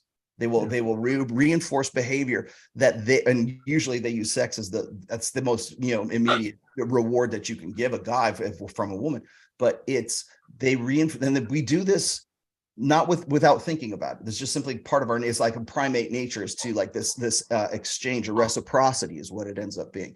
So, and there's even some primate studies, I think, where like they had 2 monkeys in cages, right? And they would give one monkey a grape and they give the other monkey like a rock at the same time. And the monkey eats the grape and the other monkey's like the rock, like, what the fuck is this, right? And then the researcher comes again, he gives the same monkey a grape and gives the same monkey a rock. And after a while, the one who keeps getting the grapes looks at the grape and then like sneaks it under and gives it to the other monkey, because there's like this mutual reciprocity kind of thing. Like, well, I don't want you to die. And, I've had enough grapes, so here you have one too, kind of thing. So it's not just something that human beings sort of concocted. It's what relates to kin altruism. So we have this sense of give and take, and we have this I don't say transactionalism, but it's sort of it's a law of reciprocity is what it is. And so when you give flowers, when you give chocolates, when you give gifts and stuff, it either implies a future obligation that I'm going to give this to you now, and then with the unspoken intent that if I'm fucked up later on, you're going to help me out later on. So that's the kin altruism part. That plays into the gift giving. That plays into the flowers. That plays into it can go as far as compliments as well. So implicit in just randomly giving women a gift, women are going to say, okay, I'm obligated to suck his dick now because he gave me flowers, right? And I'm not saying something as visceral as that, but I'm just saying that's the main connection there. Got it. Beautiful. Thank you, Rolo. Go ahead, Kylie. Was brilliant. Go do it, Kylie. Oh, she's serving drinks today, isn't she? Oh, is Kylie going to say something? Come on, girl. Baby, do I get it? Do you like it when I send you flowers? How many flowers this guy sent you? Did you rock his world and then suddenly flowers showed up at the bar? Yeah. So happy. Play the game. Don't talk about playing the game. Yeah, we don't talk about it. We be about it. Beautiful, guys. Awesome. Kylie, would you say that Mike just gets it? He understands. Yeah. He just gets it. Yeah, he just gets it. Beautiful. All right. Thank you, darling. All right, here we go. Nate, what's your question? Thor's in Nate the chat. Cardos. Yay. My bad. Sorry about that. Mhm. Just got back. Anyways, thanks a lot for coming on the call, Rolo. So I just kind of raised my hand or had a question because you were talking about like personality disorders at the beginning. And I definitely saw that myself. I think I definitely had some kind of narcissism when I first started, like 2 years ago. And probably the best thing that kind of helped me a lot with that. So I would kind of describe myself as a very empathetic narcissist when I first was like moved to where I am now. And that kind of was like made me really, really good with girls. But also that's like very like unhealthy kind of short-term relationships I'm not too proud of in the end. But anyway, my being with my girlfriend kind of fixed that, by the way. So it's not, I think I'm kind of much better now from that anyway. So but So something that really something that really helped me was it's really helped me with kind of getting to know people really well. So I feel like I have a really good skill at reading people right now. And a lot of girls I see, I don't know if they're manifesting personality disorders or if they're just very immature. So, and these girls are like these are girls that are like my age. So I have like a ton of female friends that like basically hang out on a weekly basis, and they tell me all these crazy stories of like accidentally cheated on my boyfriend, or I keep picking the wrong guy, or letting this guy who's whatever, just pretty much everything you've probably heard before. I've heard the same thing basically on a weekly basis. And how do you are these I can't decide, because I feel like the girls I meet when they're 20, it's like they're more mature than when they're 28. It's like they mature backwards, kind of. Like when they're 20, they're like more carefree, and when they're 28, it's like their lack of maturity kind of comes out because they have to live like a real life. And I don't know if like they're maturing backwards or if these girls are just having personality disorders. So I just want to hear your take on that, on like what a girl who hasn't had struggles in life and hasn't had her like lifestyle and personality challenge in life, and they're given like an opportunity to grow. Is that like they manifest the same symptoms as a personality disorder sometimes? Well, But okay, I don't know if that's what it is. let me see if I can distill this for you. In my second book, which is Preventive Medicine, so the Rational Male Preventive Medicine, I did a timeline in there, and basically the whole book follows this timeline of what men can expect from women, generally speaking, from the age of like 15 until they get to be 50. It's like at various phases of maturity. What is it? What are the priorities? What are women focusing on primarily when it comes to like looking for a guy? What are they attracted to? What are the priority lists? Because when we look at what women are attracted to in a guy at 21 is not the same thing, or I should say is not in the same priority order as when she's 31. So and we talk about this all the time on Access Vegas and on my show and everything else. If you talk about the hoe phase, right? 18 to 28 years old. That's when men are sort of at their peak sexual market value. They're also at their peak agency, meaning that's when they have the most control, and the world is their oyster. They get flown out to wherever, or they have the potential to do that, depending on how they maximize that. The problem that I think a lot of guys see when they see a younger girl versus an older girl is they're looking at them at like different stages of time. Like if you meet this girl and she's 21, unless you are friends with her from 21 till she's 31, then maybe you can appreciate sort of like how she develops and how she matures and how she like becomes sort of a different woman by the time she gets to be 31. But if you meet her at 21 and you meet another random girl at 31, you're like, oh, wow, the 31-year-olds seem to be much more, well-adjusted and everything else. Whereas the 21-year-old girl, she can't talk. What are you going to talk about? And the problem is you're looking at them at the individual stages rather than the actual progression itself. So when guys think that, like, say, a 28-year-old girl is more mature than a 21-year-old girl, she's not. It's just that her priorities are different. So when you have a girl who's like Yeah, she's 18 definitely to not. 24, Yeah. she's looking for the hot guy in the foam cannon party. It's the guy, it's arousal. It's the guy's got to have muscles. The guys have to have some kind of clout, of course, too, but it tends to be much more physically oriented and arousal oriented. Whereas when a woman hits 28, 29, 30, 31 years old, right in the epiphany phase right there, she still wants a hot guy. Don't get me wrong. But the priorities now are like, well, he's got to be a hot guy and he's got to have money because I ain't getting any younger. Or he's got to be a hot guy and he's got to want to have babies. Or he's got to be a hot guy with a sense of humor or whatever. You know, it's those priorities. They're still there. They just appear in a different order because when women are between the ages of 18 and 28, maybe 29 years old, you got to remember that's a 10-year window that women have to consolidate on long-term security for the rest of their life. So if a woman lives to be about 90 years old, between those 90 years, from the time she hits maturity, she gets out of high school, she's in 18, she's to whatever, she's got maybe another, a 10-year window in like, say, well, 80 or 90 years of life, okay?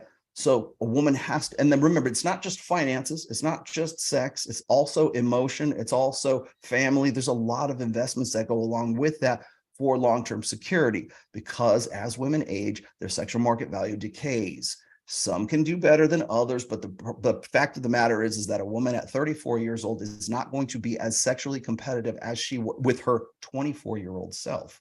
So when you look at those two things, on some level of consciousness, women acknowledge this. So when you see a woman who's 28, 29, 30, and she's like, I'm going to get right with Jesus now. I've had my fun, no fun for you anymore. We have to get serious, mister. I need a guy who's going to put a ring on it. We need to have babies. And, I'm not getting any younger. My biological clock is ticking. It's funny how women bring up that topic when they happen to be 29 years old. They don't say that when they're 21 or 22. They say that when they're 28, 29, 30, because on some level of consciousness, they know that the lights are coming on at the club and they got to find some guy to leave the club with very soon, and the club being the sexual marketplace. So when you say, okay, this girl's got some problems or some damage or whatever, she's got some baggage with her. Well, I would almost be a little more skeptical of the girl who's 29, 30, 31 years old, because she's lived more life than the girl who's like 21 years old. And so you remember, you're looking at them at different snippets in life, like different phases in their lives. So the one girl who looks like she's insane, she's not necessarily insane. It's just that she's had the lived experience that a 21-year-old girl does not have. So one seems more insane to you, the other, and then also your interpretation of whether she's like got something really wrong with her or she's just in a crisis because of where she's at or what she's lived through at that particular time, is also colored in that filtering of your interpretation of her is also according to like what you need or what you're after at that particular time too. So how old are you, Nate? I'm 28 right now. You're 28. So you're a much different person than you were at 21. And I will guarantee you this, when you get to be 36 years old, you'll be a much better judge of character. You'll have more of what makes you maximize your potential at that point. And that will also mean your personality will be something that is much different than it was when you're 28 years old, as opposed to when you're 21 years old. Now, with that in mind, you have to also remember that you're not only looking at these girls at different phases of their life, you're also looking at them through the phase of life, the lens that you have on right now. So these are things that you sort of have to take into consideration. And I hate having to get like into this much detail, because so many people will be like, oh yeah, bitches just be crazy, Rolo. Can't they just be fucking crazy? And it's like, no, they're not necessarily clinically insane or clinically BPD or clinically NPD. It's just they seem that way because of that lived experience. And then again, where are we as a society? Where are they on social media? How are they dealing with what human beings have never had to deal with before? And so it certainly seems like it's insanity, but you have to take into other factors. And so when a woman comes along that is very down to earth, very grounded, still good looking, comes from a good family, has all the green flags and everything, you at 36 years old don't want to believe it. You're like, okay, what's wrong with her? Is she like a serial killer? Does she like keep dead alligators in the refrigerator or some shit like that? There's got to be something wrong, right? So you start making up shit and you start looking for symptoms of what you think might be a problem with this person, and therefore that's also coloring your interpretation of her as well. So Yeah, I definitely agree those with are just factors that you have to keep in mind when you're trying to make those determinations. Yeah, I definitely agree with, I think, everything you said. I had the same reaction when I first met my girlfriend, because one of the things that really helped me value my girlfriend a lot is just being around a lot of girls all the time. Mhm. And there was such a huge contrast between what was expected from a hot girl and how she acted. But That's soft dread so is I what that is. a what? Sorry. That's called soft dread. It's Oh, okay. Mike talks about it all the time. Technically it's pre-selection, but it's pre-selection in the third party. It's passive pre-selection. So Okay. for instance, I'll go into Access Vegas, and like that's kind of soft dread for my wife, right? Because like here I am surrounded by beautiful women, and it's like I don't have to telegraph that. I don't have to explain that. It's already being demonstrated right there. Mhm. And it's not like I'm doing that to manipulate my wife. It's just that's just the way it is. And by the way, it's not just Access Vegas. It's been when I worked in the casino marketing industry and when I worked in the alcohol industry too. Yeah. So one thing I couldn't just wrap my head around, so I like what you said is that like the girls go through experiences Mhm. and that kind of creates baggage for them or whatever. But I thought that like as a human, you're supposed to go through rough experiences in life and kind of grow from them. Mhm. But I see that they kind of don't. Like they kind of just it has negative effects on their personality. Am I just around the wrong people, or is just well, that I mean, is that so you characteristic have of to girls also, or? well, no, not necessarily, because you have to take it into account that there's positive experiences and negative experiences. You're only focusing on the negative right now. So when we call it baggage, that's a negative experience. Like those are things you're going to have to deal with. Those are issues you're going to have to deal with sooner or later, right? Well, what about, what if her lived experience is that she's, really taking care of herself. She's in the gym all the time. She's from an intact family. She's got brothers and sisters. Is that baggage? No, it's not. It's just her lived experience. So you can look at it from the negative perspective. And a lot of guys ask me this question too. They say, well, women are all fucked up. They all have baggage. They're all alpha widows, Rolo. Especially guys who I talk to who are like 40, 45 years old, and they're trying to get back into the sexual marketplace, or they never even, were considering getting a long-term relationship, and now they are. And suddenly every girl that they meet has 3 kids. Right. Or because they've gone through this path of life where they've made decisions and they have to live with the results of those decisions. In some cases, they can be a net benefit, but most guys tend to focus on the negative because they're expecting to get to 36 years old and find another girl who's like maybe 33, no kids, well-adjusted, gets to the gym each day, is, in swimsuit USA, and she's a hot piece of ass and she only wants him. Right.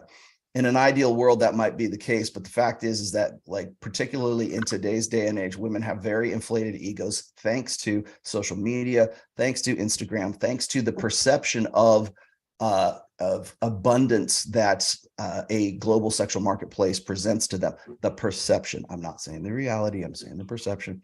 But I think a lot of guys fixate on that rather than they fixate on the issues and the baggage rather than who is she and how did she develop into what she is right now. And it's important. I think I'm just going to spitball here and throw out a green flag for you. It's also important to see the good things and catch women doing the good as it is to catch them doing bad. Same thing with guys too. I would also say we tend to focus on the negative because we learn from pain and we learn from punishment as human beings. Those are more significant experiences that we will remember over and over and over again, rather than, hey, you did a good job. Hey, a pat on the back. I know nobody's told you this today, but that was a really good thing that you did. It's important to catch people doing good just as well as it is to catch them doing bad. But we always focus on the negative because we tend to think that that's what's going to like sort of reinforce our learning. When you say, well, like a lot of MGTOWs, a lot of black pill doomers say that they want to just exit the game, the juice isn't worth the squeeze. Primarily, the reason for that is because they think that there is no girl that even if they improve themselves to look like Giga Chad and had a 10-inch cock and they had a fucking, multi-million-dollar bank account, it still wouldn't be worth it because putting in all that effort, the reward of the modern day woman would not be worth it because she has too many issues and there's too many red flags and too much baggage that goes along with that. And I would call that out as bullshit. You have to, because it's just as much a binary extreme as women when they say, guys ain't nothing but dogs, right? It's the same shit. It's Mhm. looking for green flags. One green flag, I was just actually talking to Icy about this the other day. I said, one green flag to me anyways, when I look at a woman's character, because it's one thing to have, it depends on what you want yourself. Do you want to get married? Do you want to be in a long-term relationship, or do you want to just spin plates? You have to determine that about yourself before you can actually make a judgment call on women. Because if you're going to say, well, all those bitches on Access Vegas, I would never wife them up. Well, if you're never going to get married anyways, then that's immaterial. Why would you even bring that up? If you don't know what you want, if you don't know what you're about, like I want to just fuck random girls for a while, or I want to have a wife and kids, unless you can make that distinction, you can't say that's baggage and that's not baggage. Because if all you want to do is spin plates, who cares if she has a kid? Who cares if she has anything? She's just recreational use only, because that's what you're about. You're only looking for recreational use, recreational vehicles, right? So you have to decide where you're at in your own life first. And then second of all, okay, if that's where I'm at, this is what I'm going, these are the criteria of what I want to get after. I told Icy this the other day. I said, it's a very rare characteristic in women is to have insight. Because most women they are innately solipsistic, and that's a feature and not a bug of women's evolved nature. But to be able to say, I did something bad and I need to apologize for it, to have that insight to actually apologize for something that, like, unsolicited, like, coming to that realization. Insight in women is very, very fucking rare. And that's the one thing that's been impressed upon me, like, over the course of like doing all this fresh and fit. So one of the things we have to understand is, like, when solipsism, where does that come from? It's not because women are bad. It's because women take care of our children. No, it is what it is. It's good. It's actually, it's a feature. They need to understand that, like, no matter what, my child gets taken care of. I'll kill you rather than let my child. That's where solipsism comes from. That's why it's a necessity. Like what's it called? Unrequiting, what's it called? Love, unconditional love is from a woman to her child. Evolution creates it from a woman to her child. That it's not from a woman to a man. We're replaceable. The child is not. That's the reason why evolution created us that way. That's the point. So it's not a bad thing. It's a feature. It's not a bug. Well, it's the same thing. Like, remember, I just told you a minute ago when Imran Ahmed was coming at me and talking about, like, how about how men are innately violent. Yes, they are. Just the same way women are innately solipsistic. It's a feature and not a bug. We are violent because we needed to be, and it's actually a net benefit for our species to be so. Same thing when guys they grind their teeth and they're so pissed off because it's unethical and immoral, and they're on the sharp end of the stick when I describe hypergamy, and everybody takes that out of context. And the reason why they do is because they want to have someone to blame. They want to have some reason why they're fucked up and they're on the sharp end of the stick and somebody else isn't. And it's so unfair. And you're right, it is fucking unfair. Violence in men is unfair. A guy who can kick your ass and beat you down and kill you, it's unfair. You're right. 100%. The double standard, you're right. But that's the way the fucking world works. Nature is not about harmony. It is about fucking violence. It is warfare. That's what nature ends up being. That's why we are what we are. And that's why according to the nature of the world that we're in right now, it is not like, fucking the next episode of Avatar. It's not like fucking peace and love and balance and egalitarianism. It is fucking war is what it is. And that's why we're violent. That's why women are solipsistic, because those characteristics were a net benefit in adaptation to our own survival. And now we have to understand that and embrace that. And I'm not saying become these like violent, horrible, feral animals. I'm just saying understand and know that that's part of your nature, and in doing so you can use it when you need it, and you can put it off when it's not needed or when it's destructive. Okay, hey guys, so we got to buzz through these, and we can't do 40-minute answers. Yeah, sorry, I got rolling, my bad. Yeah, it's perfect. Thanks, Nate. No, it's all right, Nate, beautiful. Thanks. Let's go to the next one. James Snodgrass, what's your question? Okay, how's my audio? Good, very good, actually. Okay, thank you. I have two questions. I'll go to those right away. The first question is for Rolo, and I was wondering, how can I get my book in front of the audience that it's intended for? Okay. Question. And let me give you the background. And the second question is for Mike. It's about, like, how can we understand gravitational lensing and how that relates to dark matter. So let me take the first question and give some background. This is exactly what I read about all day. It's fine. Go ahead. Well, I'll give you the 5-minute answer because I'll cede my time to the gentleman from Texas A&M over here. Excuse me. Well, What sorry, the fuck did you say? no, Longhorn boy. That's all right. My bad. Anyways, but I mean, okay. First off, what's the book about? Okay, the book is called The Social Autist, and it was written by me after I had read your books, and I had learned the ways of evolutionary psychology, and had spent about 4 or 5 years trying to understand autism and Asperger's and how neurotypical brains work, so that I could formulate basically interbrainal dynamics. And we're dealing intraneural. I'm trying to think what word we look for that. Okay, so it sounds very highbrow. The reason I'm asking you is that you can stop there, because is it already written? Are you ready to go with it? Is it already done in Word? It's ready to rock? And I'm going through the same thing that you kind of went through. I'm going through the same thing Aaron Clary went through. I can't get in front of my audience. I can't get it out to people. And I'm okay. Now stop. Who is your audience? Basically the guys that you kind of cast aside as like, hey, you guys need to go develop social skills, and if you can't do that by going out to a club or getting out there, you need to see a therapist. That's the kind of the audience. Okay, but James, that sounds like they need to either go to a club or see a therapist. Yeah, and this book kind of explains in terms that autistic people understand how social dynamics work. Okay, so stop right there real quickly. I'm going to give you the nuts and bolts answer, and then I'll give you a little bit more heady answer here. The first one is you got to know what your audience is first. Okay, where's your audience? Where are they at?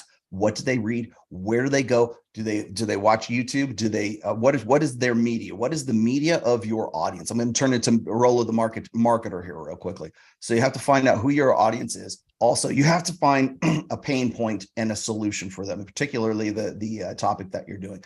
The pain point's very easy. You already got it. It's in the title. Okay. So you've got to find some way to sort of pitch the book from a thematic perspective. Okay. If I were writing your book, here's what I would do. First of all, it would have to be 100% ready to go. Okay. Covers ready, layouts ready. Don't turn it into a product.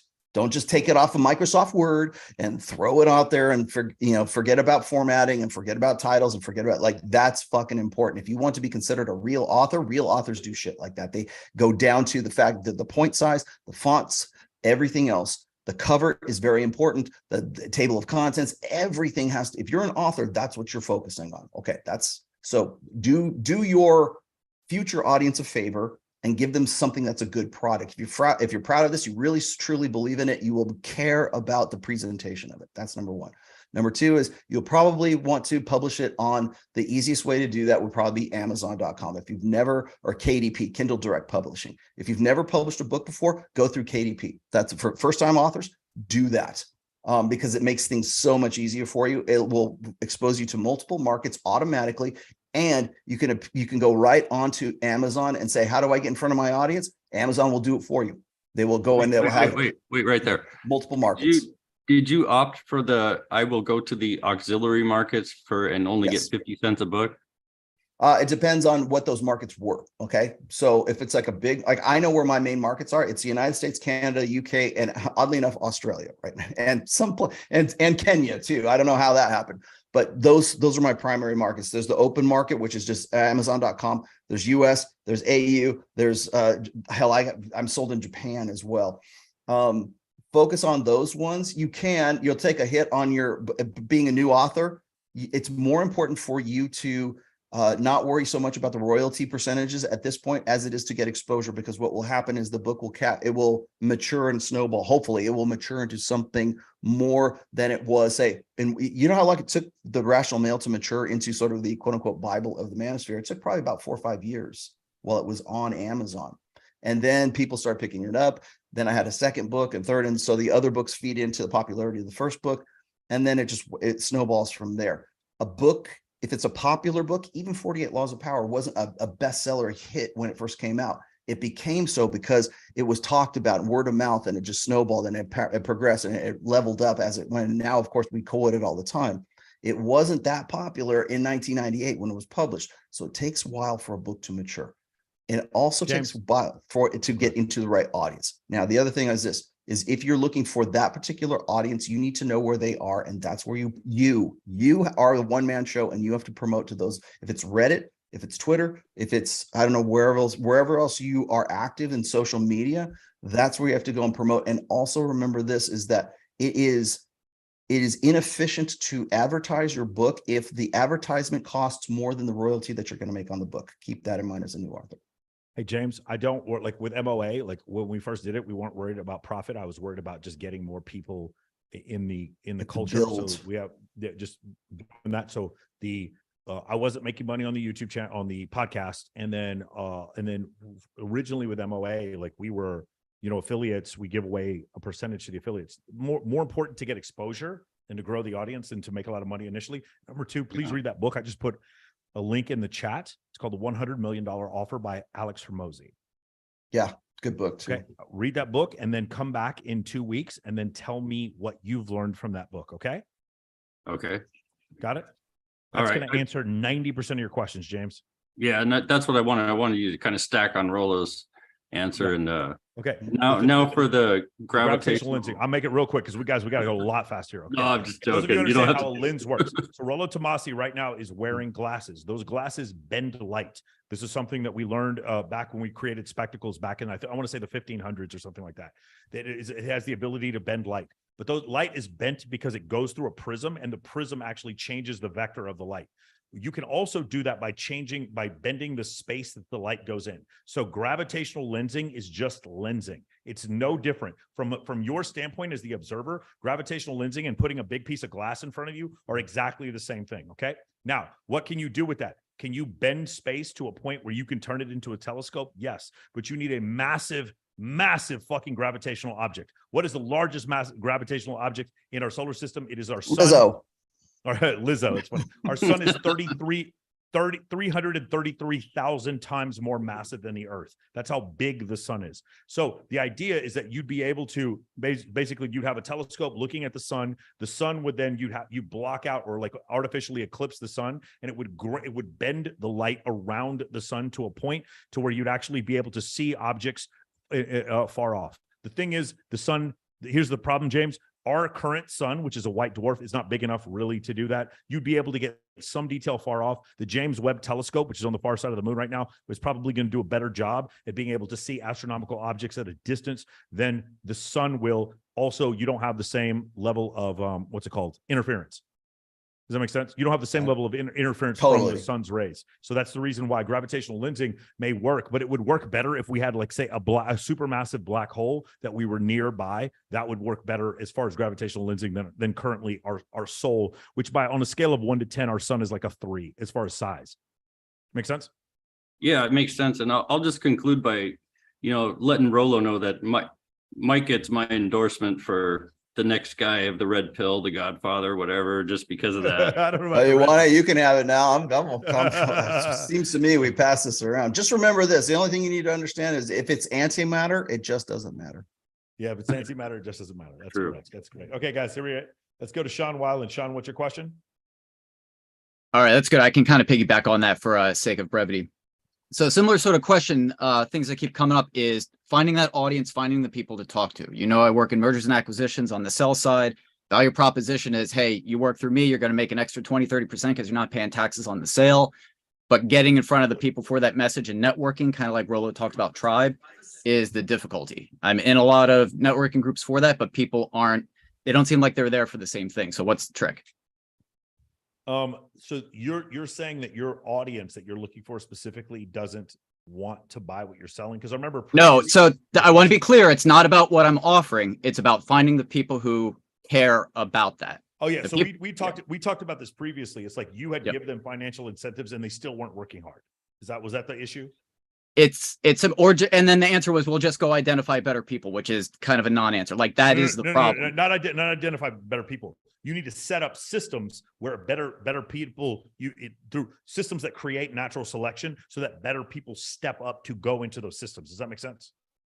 So how do they? I don't want you to find any. I don't want you to find any better people. I want you to take the fucking crew of the starship you already have and then just pick the volunteers for this next mission. Does that make sense? So if I didn't have the crew I already have, I guess what would you do then? Let me put it that way. Same thing. It's incentive based. Like for us, what do we do at MOA? I make you have to show me that you have the qualifications to be a salesperson. Then we make you a setter for 60 days. And if you don't cut the mustard, we fire you. That's how it works. Right, but you already have the pool of people that you're trying to select from. If you don't have a pool, how do you find those people to fill that pool? I mean, because I don't work in mergers and acquisitions, I can't tell you anything other than headhunters and LinkedIn.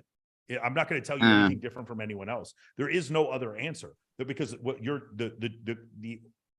the segment that you work in is not the biggest segment in the world. There's a few people that work in mergers and but not a ton of people. It has a lot to do with lawyers and combining LLCs. And then you have to arbitrage stock price and all this other shit that you guys do in mergers and acquisitions that I'm not familiar with. So I'm not going to be an expert as far as that's concerned. What I am going to tell you is there are groups where those people exist.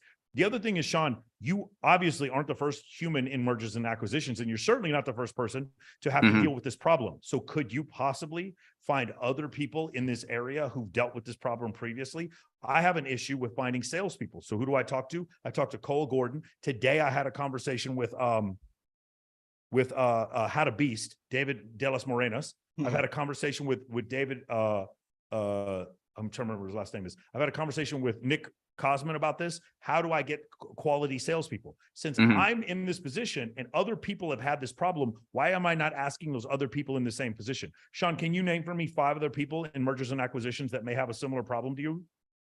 No, I know the groups, but I wouldn't know who those people would be to go to. Sounds like That's kind of what I'm asking. Sounds like you've answered your own question. No. Other people, not people to work for you. People who have their No, own yeah, that's what I'm firms. saying. I don't know who those people would be. And everybody I've talked to in all of the other networking groups like ACG, XPX, EPI. Yeah, I would start with networking groups, and I would try to find other mergers and acquisition companies and talk to the CEO. That's what I mean. Okay, those were the ones who were being difficult before. Yeah, and I know you're not necessarily going to have all the answers for this, but yeah, I feel like I'm beating my head against the wall doing what you're saying. Sean, someone had this problem before you and figured it out. Right, yeah. I'd like to meet that person and talk to them. Start from there. No, but just be like, I'm not going to stop until I find that fucking person. But it's Sure, one person, yeah. and he's not going to work for you. I'm not telling you to find. I'm not asking him to work for me. I just want to find out how to do what he did. Yeah, but Correct. finding a person who's done that, that's the hard part. Sean, I bet you right now I could go on fucking YouTube and find about 25 CEOs of merger and acquisition companies that have done interviews.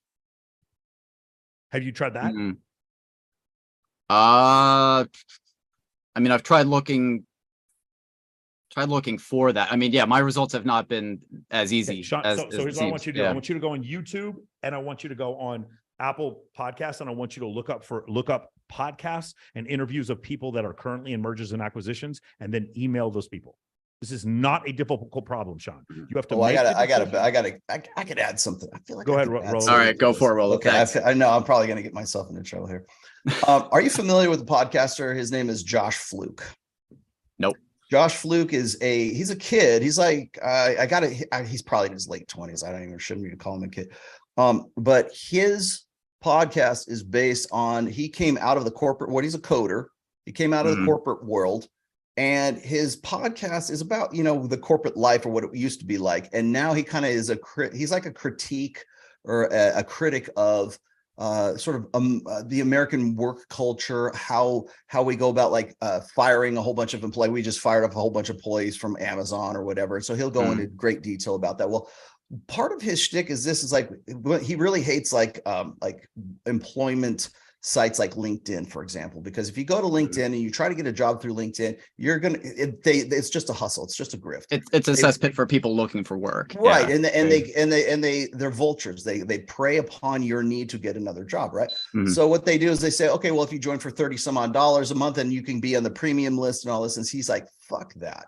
So what Josh did in a series of podcasts was he took these jobs. He found these jobs that were on LinkedIn.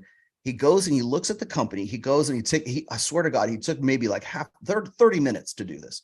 He would go find out who the CEO was, who the staff were, because 9 times out of 10, depending on the job that you're trying to get, if it's coding or whatever you're trying to do, there will be like a corporate website, or if it's in my case, it would be like an ad agency or something. People like to fucking talk about themselves. So it's not enough to just go get the names of the CEOs of these places or the whatever. Find out who the front desk girl is. Find out who the other guy who's working with that guy, and familiarize yourself with those names. What he did was this: he would go to these sites, he would find out who the staff were, because on their blogs, they're all full of themselves, right? And they'll say, oh, it's Becky Jones or something like that. She's the front desk person, yada, yada. He would go to Becky Jones, find her out on Instagram, which of course she loves to talk about herself, right? And so now she's going to the beach, and she's going to wherever her last vacation, or her baby or whatever. He becomes familiar with that. Goes in, finds the name of the guy who's the CEO. He's never going to go through LinkedIn, because he's never going to get his resume on the desk of whoever needs to have it put on there. So what he does is he presumes familiarity. He calls up the company and says, hi, is this Becky? Yeah. Hey, can you put Jim on the line, or Jim Soa, or whatever the CEO is? Can you like, and they're like, I'm sorry, who is this? Oh, I'm an old friend of his from when we were at, Pi Kappa Alpha or something, knowing that because he looked him up on Twitter or on Facebook or whatever. There's all kinds of information, so you can familiarize yourself with these people. Then he's talking to Becky and goes, yeah, he was talking about you, Becky, the other day. She said you just got back from the beach, right? Knowing that you were just on the beach because of your Instagram. People will put all kinds of personal information out there that will allow you to presume familiarity with people they don't know them from Adam, right? But because of that, because of you were able to sort of like ingratiate yourself and be really. This is by the way, this also applies to game. This is one of the non-intersexual dynamics part of the game. This is it. You can use that familiarity and run game on Becky, so you can get to the guy who you want to talk to and say, hey, here's my pitch, right? And then I'm in the door. Fuck yeah, I put my foot in the door, and here I am. And you did it because you presume familiarity with the front desk girl, and you presume familiarity with the CEO. And Josh Fluke was able to do this like so many times. I think he's done like 4 different episodes of it, where he'll research the company, he'll find out who's working there, he'll go to their social media, he'll say, okay, looks like she has a dog, let's talk about her dog this time. And he's literally doing this on the phone, on the stream and the podcast, saying, hey, I'd like to get to talk to, Ben Johnson or something like that. We're all good buddies and everything. We've known each other for ages. He was just talking about you the other day. How's your dog doing? Like presuming like he knows. And so she says, oh, he must know. So she's going to, here, let me transfer you. Haha, yeah, see you later kind of thing. Then you're presuming familiarity with the guy and saying, hey, look, I don't know if you remember me. I met you at this mixer one time. We talked. And here's we've discussed this thing. I don't know if now's a good time, but I really like to tell you about this new thing that I've got to, whatever your sales pitch is. Then you deliver right there. But it's what I'm getting at is not the nuts and bolts. I don't know what the fuck you do, but like to get to that point where you can tell somebody who might be a potential client or somebody you want to work with what the fuck you do. You've got to go through those layers, and to do that, you've got to play game. It's really game. It's essentially what it is game. Except for you're not trying to get laid, you're trying to get a job, right? So or a partnership, to collaborate. Watch Josh Fluke though. Josh Fluke, and he makes it. It's funny as hell because he's practically a comedian. It's so much. I watch it just for the entertainment value. I've been on his show a couple of times back in the past, but good dude. I know. Maybe that helps. Maybe that helps. Yeah. That's the sociological part of it. Sean, did that answer your question? That gave me something to work with. Yeah, thank you both. Beautiful. I appreciate it. Charles, what's your question? Hey, yeah. Can you hear me? Yep. You're good. Cool. I was very interested earlier in the conversation about BPD, and because I've noticed myself drawn to women who seem to, without going like overly into diagnosis of it, seems like there's been traits in a series of relationships. And one thing I've noticed is that it seems that I have this urge to like want to fix the problem. And I think it's savior schema. Yeah, I think it stems from a almost a place of like I don't deserve something, or I'm not worthy, almost like a lack of self-respect in a sense. And so I just wanted to know if you had any thoughts on. Sure. A lot of guys who get into a lot of guys will say, well, women will say this primarily, really. I tend to attract a certain kind of guy, right? Guys will say exactly the opposite of that is like what you're telling me right now. I tend to be drawn to this particular kind of person. Really, at this point, if you've done it enough times, you can go, okay, now it's time for some insight and some self-analysis. What you're saying is not uncommon from guys who've talked to me about BPD. It's like it's the packaging is good, the sex is good, the intensity of the emotions are good, and it's really something that's great. But when it's great, it's fucking awesome. But when it's bad, it is the pit of fucking hell. So like it's almost a bipolar like codependency for a guy like you with a borderline personality disorder girl. So first of all, you have to know that about yourself. And the first step to sort of changing those things is to actually, knowing is half the battle, right? So it sounds like you already do. So that's good. The other part of it is that when you get into a relationship with someone like that, it sort of creates negative feedback loops. If you understand what I'm saying, you do something, I want to save her. I brought up the term, the savior schema. That's actually a chapter in my first book. Because that's what guys do. It's that reciprocity I was just talking about. Like, I'm going to give you this, or I'm going to fix your problems. And in return, you're going to fuck me. Flat tire, I'll fix your flat tire. You fuck me. I'll slay the dragon. You're going to fuck me. I'll take your groceries in from the car. You're going to fuck me. Like what it's a Chris Rock, anytime anytime a man is being nice to you, all he's doing is offering dick. Okay. That's the funny way of saying it's a savior schema. And a lot of guys, because that's boiled down to its most raw, that is transactional sex to a T, right? So there's a difference between transactional sex and validational sex. There's a transactional relationship and there's a validational relationship. The validational relationship is based on genuine desire. I want to be with you. You want to be with me because we have a genuine chemical, natural desire for one another, rather than our relationship is based solely on transaction and reciprocity. And the minute you can't fulfill that transaction is the minute I'm gone. That's prostitution. All right. You pay for what you get, but if you can't pay for it, you don't get it. So bear those two things in mind, because when you mix in borderline personality disorder into a savior schema, you will try to fix yourself. The savior is you have to save her, but to save her, the means to save that girl who's got, you want to cure her borderline personality disorder, you have to change yourself gaslight yourself basically to solve her problems. And that is a very dangerous place to be, but it sounds like at least you're self-aware of it. So that's good. That's the good news. Yeah. Thank you for that.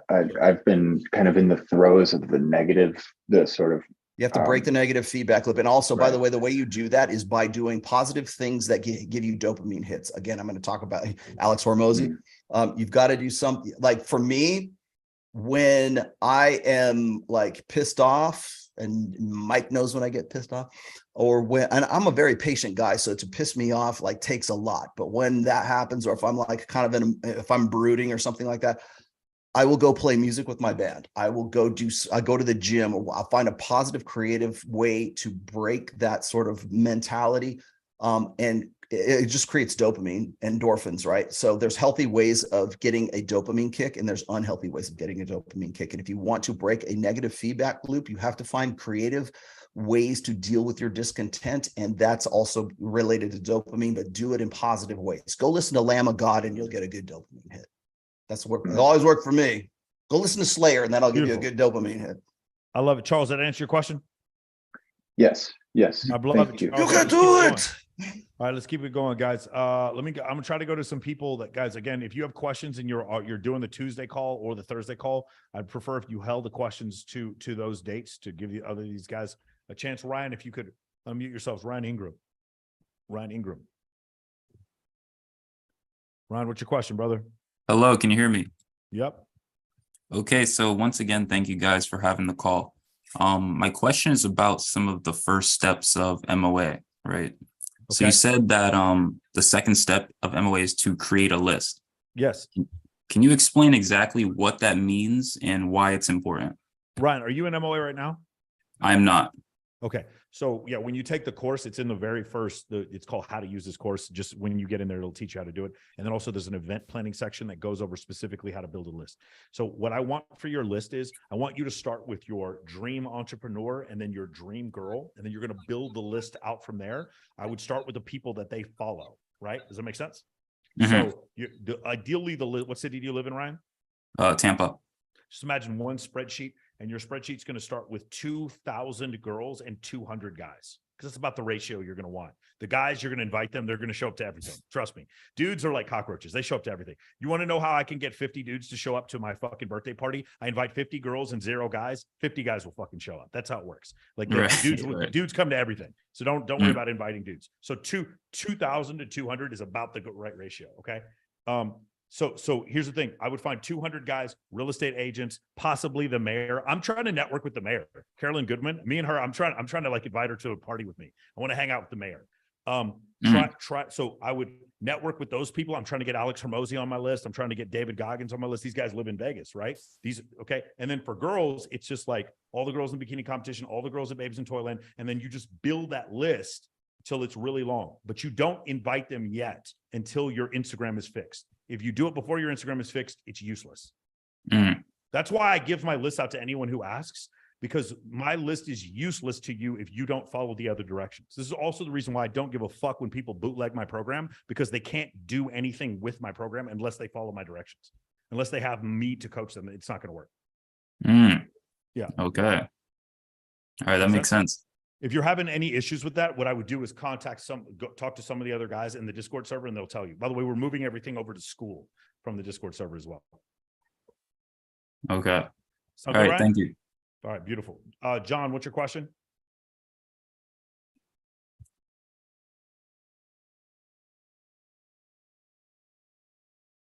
And John, what's your question? John, we're not getting any audio, so whatever you're using as a microphone. Can you hear me now? Yep. There we go. Oh, okay. Yeah, thanks for giving me the opportunity to ask this. So I've been working on my social life a lot the past few months. I've been doing lots of events out here. We just had our 4th photo shoot last weekend. We had I think 16 models come out. It went really well. And so I've been able to build up quite a few. I have lots of friends now in my city in the content creation or influencer sort of space. But what I'm not so good at networking wise is meeting guys who could be potential sponsors or who have access to nice places to do events at. And this is one thing that I've met a few people like that, but I don't have a system. I have a pretty wide network for the girls now, but not so much for this part. So I was wondering, what are some kind of ways I can more efficiently find people who would be interested in collaborating in that sort of way, who have access to maybe locations or who have money and be interested in sponsoring events, but don't have the network with girls or things like that. One more time, what is the end goal? You want to find people to sponsor your events? Yeah. Either sponsor, I'm doing a lot of photo shoot events, right?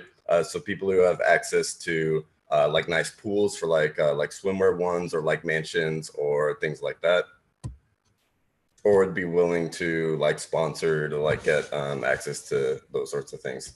Yeah. So just so you know, that is exactly what we teach in the program, right? So I'll show you real quick. Right. So one of the guys you might want to look after is Vincent. So Vincent does this all the time. Hold on, let's see if this will pop up ever. And can you see the screen? Yeah, I know. I know of Vincent. Okay. Should I talk to him? No. What you should be doing is in MOA, we teach you that the girls are the ones who actually find the locations for you. Because you have female friends who find the locations for you. There's a technique of steps that we do in order to do that. Okay. Yeah. So so whenever I need to find a new location, it's always, I go through the girls and be like, hey, do you have another location that we could shoot at? The girls are always being offered locations to come shoot. So they always know. Same thing for nightclubs, same thing for parties, same thing for getting into clubs, same thing for getting into VIP. It's the girls, because you're actually friends with the girls so that they get you into all these places. That's why it's called Access Vegas. Yeah. So get the ones that consistently come out there. No, they don't even have to be consistently. My friend Toy Hardy gets me locations all the time in Los Angeles. Mm-hmm. Yeah, again, we have 2 separate modules of having female friends as teammates, and then those female friends then find locations for you for parties and shoots. That's what we teach in MOA.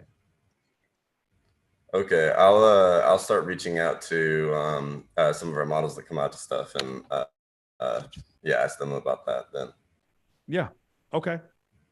Awesome. The other thing I would tell you is be very careful about getting sponsors, because more than likely they're going to ask you to do things that are inappropriate. Yeah, I've had that happen once so far, but as you climb the ladder, it's going to start happening more and more. You're literally going to meet guys who are going to promise you the world, give you a location, but you have to leave the girls alone in a fucking room, and you're gonna need to say no. Yeah, we avoid stuff like that. Once that happens, you're done. Once that happens, you're done. Most of the photographers won't work with you again. I will never work with you. So that's the thing that happens, and that line gets crossed so often, which is basically guys who try to do what I do but don't take my course. That's always where they end up every time. They end up trying to get sponsors, the girls, or they end up trying to, like, for fuck's sake, try to charge the girls and the photographers to show up to your event. The quality just fucking drops off a cliff after that. And then they end up just throwing a bunch of photo shoots with girls that have fucking tattoos between their breasts and on the front of their legs of their pimp's name. Like, it's terrible what happens after that. So if you want to keep that from happening, that we have step-by-step instructions on how to do that in MOA. And we also have 50 guys in MOA who've thrown quality photo shoots. Okay. Yep. Yeah. We have the guy I did my last one with is like an MOA member as well. Yep. For sure. Well, ask him to let you look at on the Discord server at the 25 other Instagram testimonials that we use. Oh yeah, I've seen a few of those. Yeah, for sure. And John, if your IG doesn't look like that, you're going to have a problem with recruiting. Like, you're just going to be able to recruit a narrow subset of girls. Yeah. Once I got, especially like our video recaps from some of our last events, like up on my IG, that helped. Like, that made recruiting for the events like so much. It's so amazing. Much It's amazing. After 15 years, I figured some of this out. It's incredible. Awesome, man. Thanks, John. Mark, what's your question?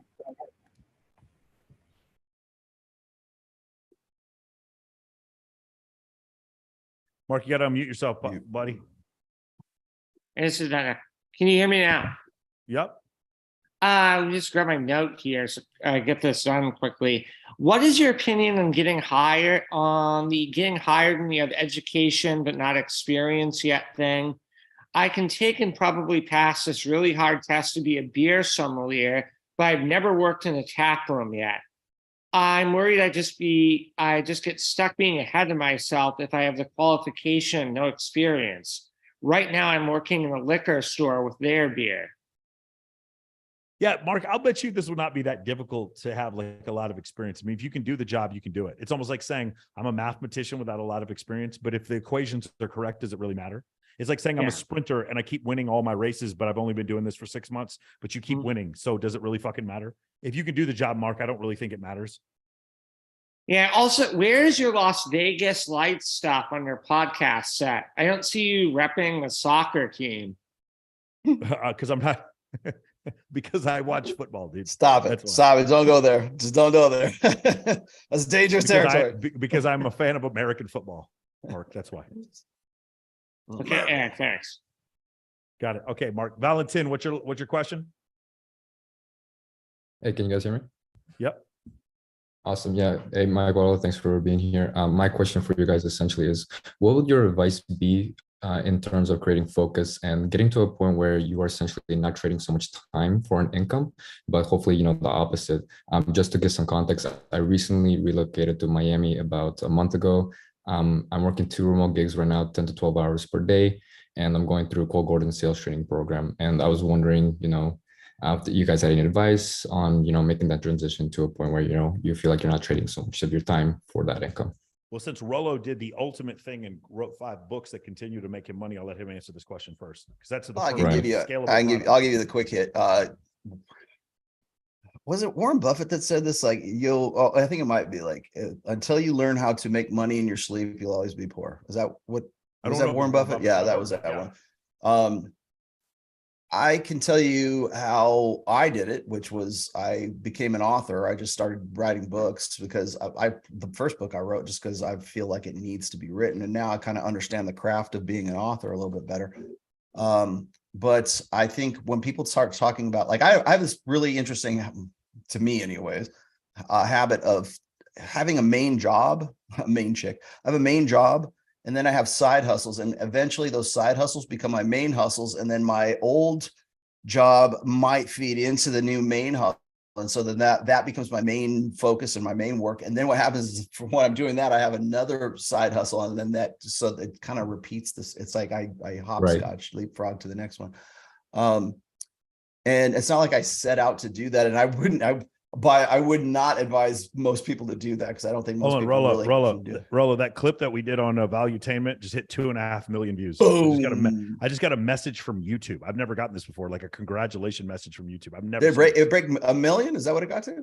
2.6 million views. Anyways, as far as doing I don't know really what specifically is interesting to you. You know, like I have a lot of people say, hey, what about doing drop shipping? What about white label merchandise? What about this? What about, you know, I think probably start with a side hustle, but you've got to find something that is recurring revenue. And I have this conversation with Miguel from Dollar Cost Crypto all the time. I think one of the reasons why people love crypto so much is because it has the potential for such great gains. But once they get to a point where they've got all this money, they want to be able to keep and secure all this money. And to do so, they've got to find some way they've got to find side ventures that are recurring passive income or recurring passive revenue. And that's really the trick. So I think probably looking at the things that are the easiest kind of, I say hustles, but the side gigs, let's just say, that are recurring. When people talk to me about passive income, I have a real tough time with the word passive in passive income, because I don't necessarily believe that there's such a thing as like truly passive income. You still have to, at least in some way, like water a garden. You know what I mean? So there still has to be something that you do to it, and nothing is really set it and forget it these days. Nothing worth doing anyways. So I've had guys tell me like, hey, I'm going to start this YouTube channel. It's going to be ambient like music or ambient sounds, or it's going to be rain, or it's going to be smooth jazz that keeps like on a cycle and loops and everything.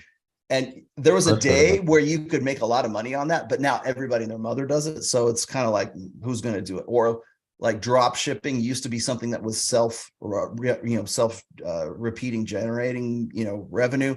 In the early days, that was a big deal. I would say this, there's probably and this is just me spitballing here. There's probably going to be something that with respect to like artificial intelligence, like ChatGPT, OpenAI, all these things, there's some smart motherfucker going to come up with an app that he's going to be able to, I don't know, it's going to solve some problem, dating problem, fitness problem, money problem, whatever. It'll solve some sort of like, there'll be a pain point and you solve the pain point with AI. Those guys are going to be the next they're going to be the next Black Rifle Coffee, right? The white label thing of the next drop shipping, the next whatever. It's getting in and becoming an early adopter and figuring out something that nobody's figured out just to that point and become the industry standard of that using the new technology. That could be a side gig that will self-generate and generate for a time. That's why I say I don't really believe in something called like truly passive income. So because you still have to come back to it. And then as technology ages, something else replaces it, becomes obsolete. And now your self-generating income becomes worthless. So I would just say, look for things like try to, I think it was it? Keep your finger on the pulse, like the zeitgeist, like see what's going on, and then try to be creative with what the new technology is. Well, I think AI is probably like the next big thing. I think like, so too. It's only for like about a month. And it's not, I think it's scary as everybody says. Me and Mike talked about this I think on like 2 episodes ago on Access Vegas. I don't think it's as scary as everyone thinks it is. And I think that if you look at it from the perspective of how can I leverage this right now, and you're an early adopter, those are going to be the new millionaires. Right. What people are afraid of as far as artificial intelligence, I think we're probably less than 10% of the way there. I know a lot of people. Robot dogs. Yeah, as far as where we are, as far as machine learning is concerned, we've made great leaps and bounds. And what's happened is people have conflated machine learning with artificial intelligence, and that's what's going on. And so because of that, there's this fear of this thing that we're maybe somewhere 8 to 15% of the way there. I mean, like a full-on positronic fucking quantum system brain that can actually replicate human emotions and consciousness. We are not near that. I don't care what anyone tells you, and we're not going to get that based on a strong processor and a fucking MacBook either. Like, oh, but I have the MacBook Pro, I'll just teach it AI. It doesn't work like that, right? So we're far away from that level of consciousness. But in the interim, machine learning is a huge advantage for so many people. And I don't actually really text Kylie back ever. I just have chat GBT do that. She doesn't know the difference. Kylie doesn't. Yes. Kylie doesn't even know. Autoresponder. Chat she just thinks GPT, that- respond. She just thinks that I'm super fucking funny, and I just go, Chat GPT, respond to Kylie. Respond to Kylie. Tell her what she needs to hear. It's always a new thing from you. Yeah, it's so funny. It's so great. Yeah, Anyways, no, one of my ideas was I was hoping to, potentially go down the road of entrepreneurship one day. And I was thinking about creating a subscription platform where partners can, where you can essentially partner with various entrepreneurs who want to share their skill sets and business models that has enabled them to find success, and just broker that information to the world. And then through the platform, maybe have additional, upsell offers where you can include high ticket offers such as courses, accelerator programs, masterminds, maybe for those who are really interested in going further into that specific niche or subject that they were really interested in.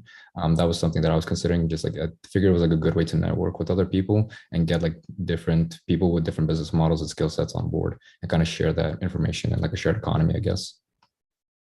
That's great, man. I mean, that's a very complex idea, and you're going to have to figure out a way to make that sexy in a short amount of time, or you're going to have to raise capital on your own to make something like that work. Like the thing is, Hence the two gigs. The answer is always this. You can't think about it from your standpoint. You have to think about it. Why would other people need it? Does that make sense? Mm-hmm. But when So I it's more created so MOA, about serving others and why can I help correct. solve your problems. When I Solve created the problem. MOA, I saw a bunch of guys in self-help that were like, robots, right? When I created MOA, that's what I saw. So I was like, how can I fix that?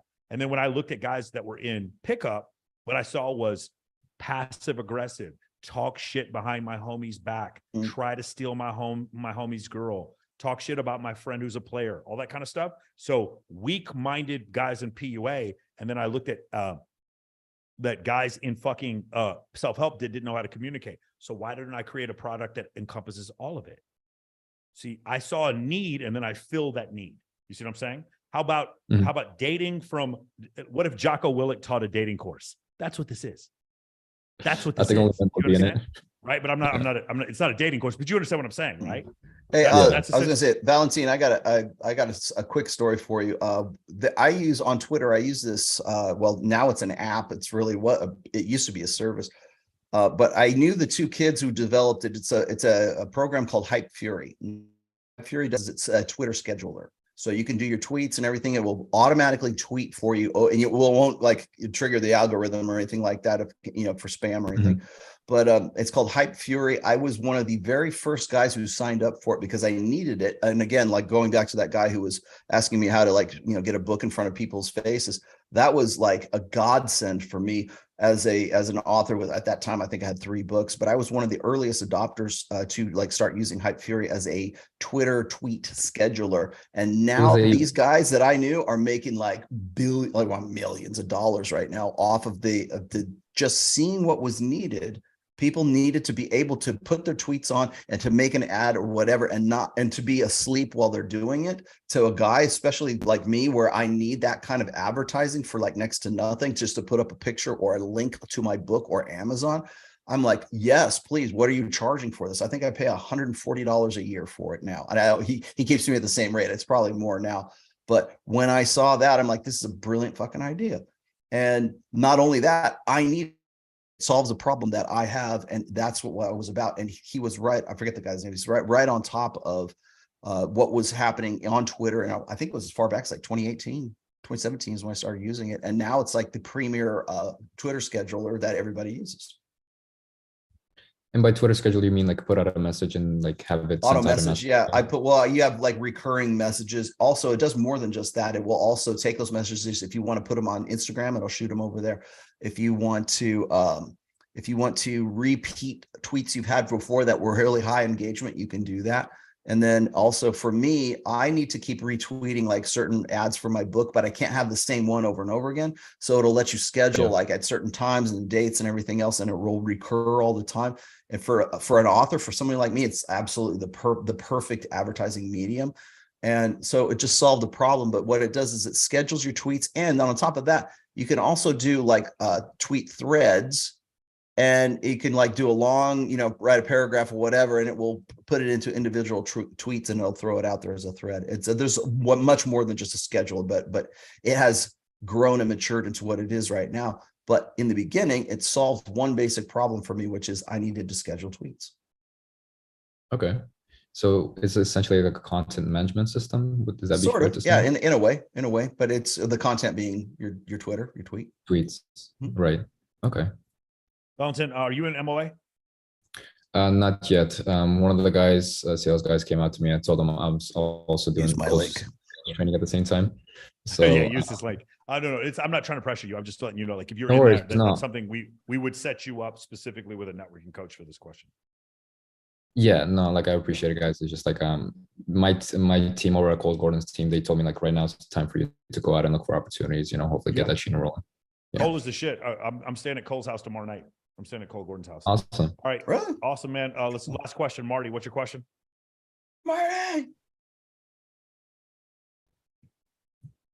Marty, where you at? Dylan, what's your question? Gotcha. Just a rhetorical question for all the new listeners. Okay.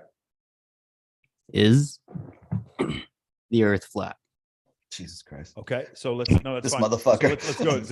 Does anybody want to have an argument for why the earth is flat? Did you guys see the video that came out of Luka Doncic? They were asking him if the earth was round or flat. He goes, I'm going to go with Kyrie and say the earth is flat. I was joking about this, and now it's turned out to be true. I was joking that Luka Doncic is going to start believing that the earth. That was the last question I asked you on Access Vegas. Is that like it? Does God have a fucked up sense of humor or what? Yes. I argue with flat earthers. My favorite team is the Dallas Mavericks. My favorite player is Luka Doncic. There's a moron who plays point guard for the fucking Brooklyn Nets. He thinks the earth is flat, and we just traded for him yesterday. Fuck me, dude. And like now I have to live with this shit. It's like literally, it's like the joke's on me. I made maybe you should get into soccer. I made a prediction. On the calls. If you guys will go back and watch MOA, that the Brooklyn Nets would implode with James Harden, Kyrie Irving, and Kevin Durant. And exactly what I said was going to happen. You have 3 beta males who think they're alpha males. Exactly what I said.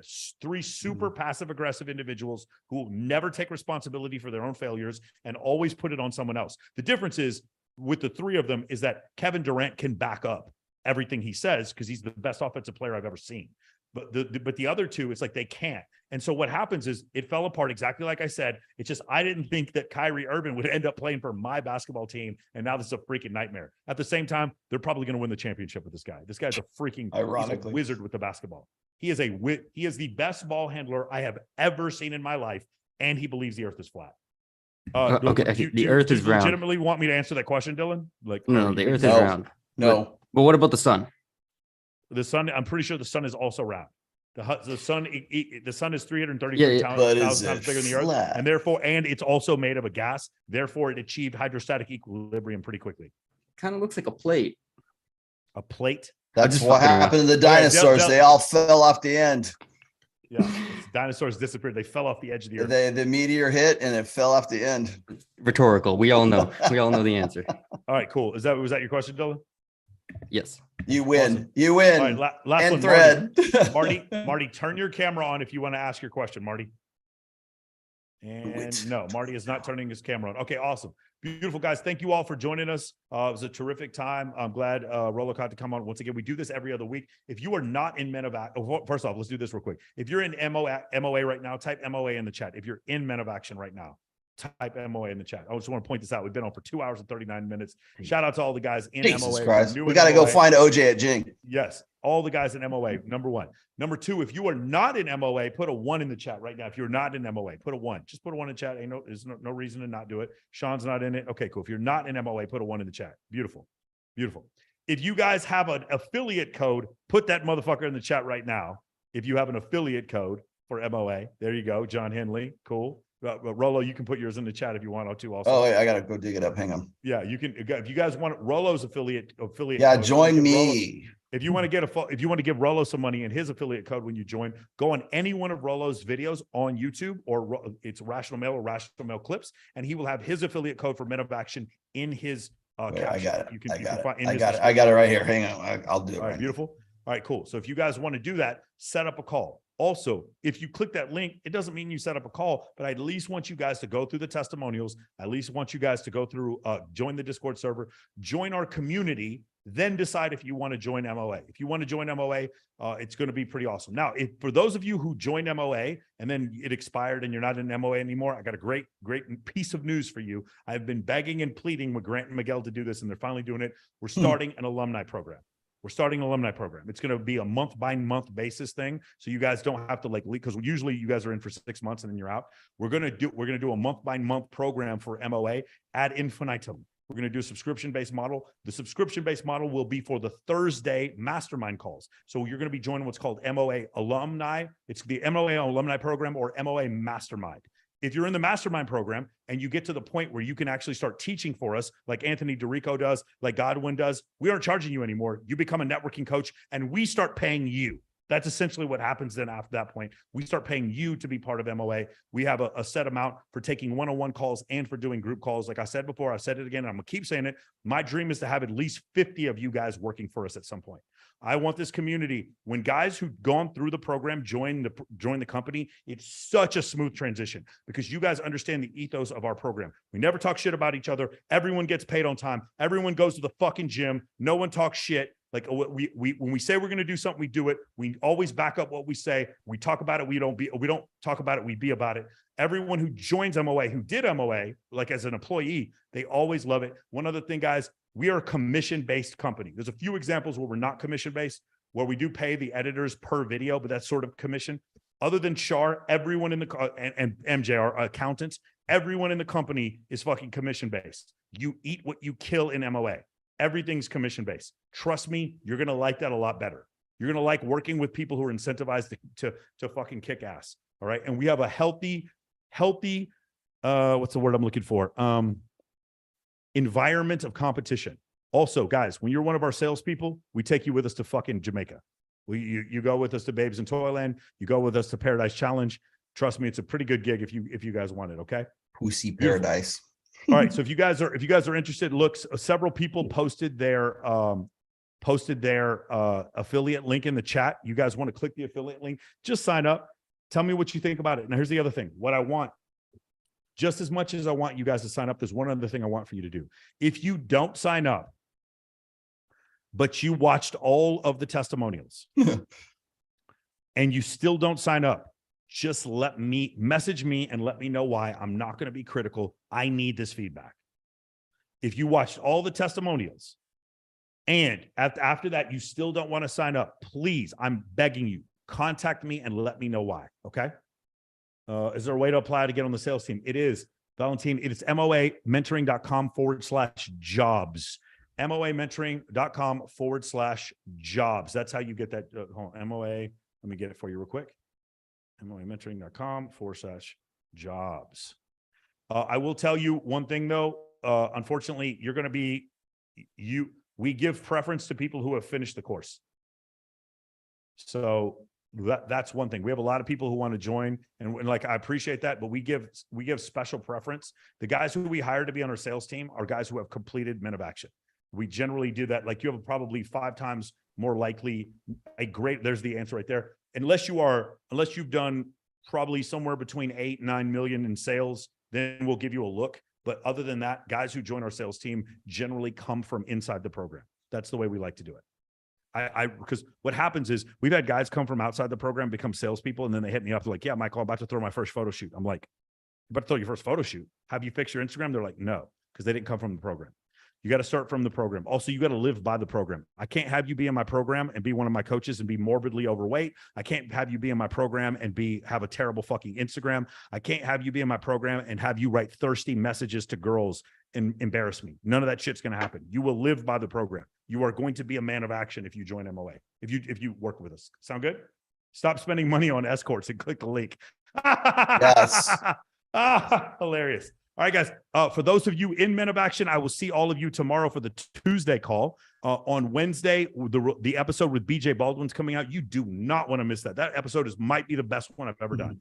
On Thursday, I'm going to be doing my call before I host. I'm going to be doing my call from Cole Gordon's house. I'm going to be staying at Cole Gordon's house, and I'm going to be doing the call from there. And then after that call, but probably going to be a little short. After that, I'm going to be hosting Babes and Ballers, the Game On Gala in Scottsdale, Arizona On Friday, I'm going to be at the Shaq party. And on Saturday, I'm going to be at the Maxim party unless something crazy happens and I end up at the Playboy party.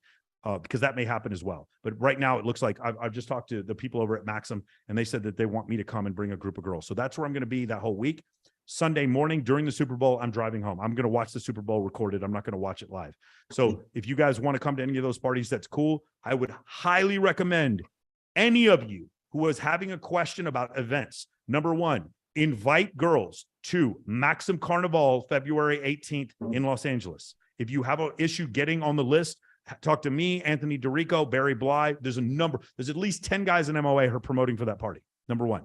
Number two, you should fucking go to Maxim Carnival in Los Angeles. If you guys are interested in going to that, let me know. And a few of you I can even bring in for free as my video crew, but a very small few, and you have to already have some proficiency either with flash photography or with videography. Okay, awesome. Tickets aren't that expensive. You should just buy a ticket. It's fine. All right, guys. So we will see you. Also, one last thing. March 18th or 19th, I forget. We're also doing Babes in Toyland Pet Edition in Los Angeles. Oh, fuck. That's the biggest one. That's the one with the most girls. The Pet Edition one has the most girls. Should bring Ned. I'll bring my greyhounds down. Beautiful. The one on Christmas has the most people. The one for the pets has the most girls. So if you guys want to come to that, it's going to be in March. And then, of course, in April, at the end of April, we're starting the bikini competition. It will not be the Playboy Presents Yandy Summer Search. This year, we have a new sponsor. Hint, it might be Maxim. I'm not positive yet, but we're going to have a new sponsor, but it's still for $130,000, which makes it the biggest bikini competition in the world. And Rolo Tomassi is going to be a judge. All right, guys, I will see all of you birthday. Access Vegas. Next one, February 23rd. I'm doing my damnedest to get the guys from Steel Panther to come on. Oh, so we're doing it 3 weeks. On the 24th. Okay. I already bought tickets. I'm going to House of Blues. You might want to come with me. I got 2 tickets to House of Blues. All right, so we'll plan on the. Well, let me think. 23rd. That works. Okay, we'll plan on the 23rd. If I can get the guys from Steel Panther in for an Access Vegas, that we will blow up the internet. It's fine. It's perfect, actually, because Kylie was going to fly out here to see me. That might work. Perfect. Okay, cool. That sounds good. All right, man. I will see all of you guys in a couple. We're going to do this again in 2 weeks. If you guys want to check out, make sure you subscribe to the podcast on this YouTube channel that you're watching right now, and you guys are going to see the episode tomorrow. Leave comments. If you guys want to get a hold of me and message me, the easiest way to do that is on Instagram.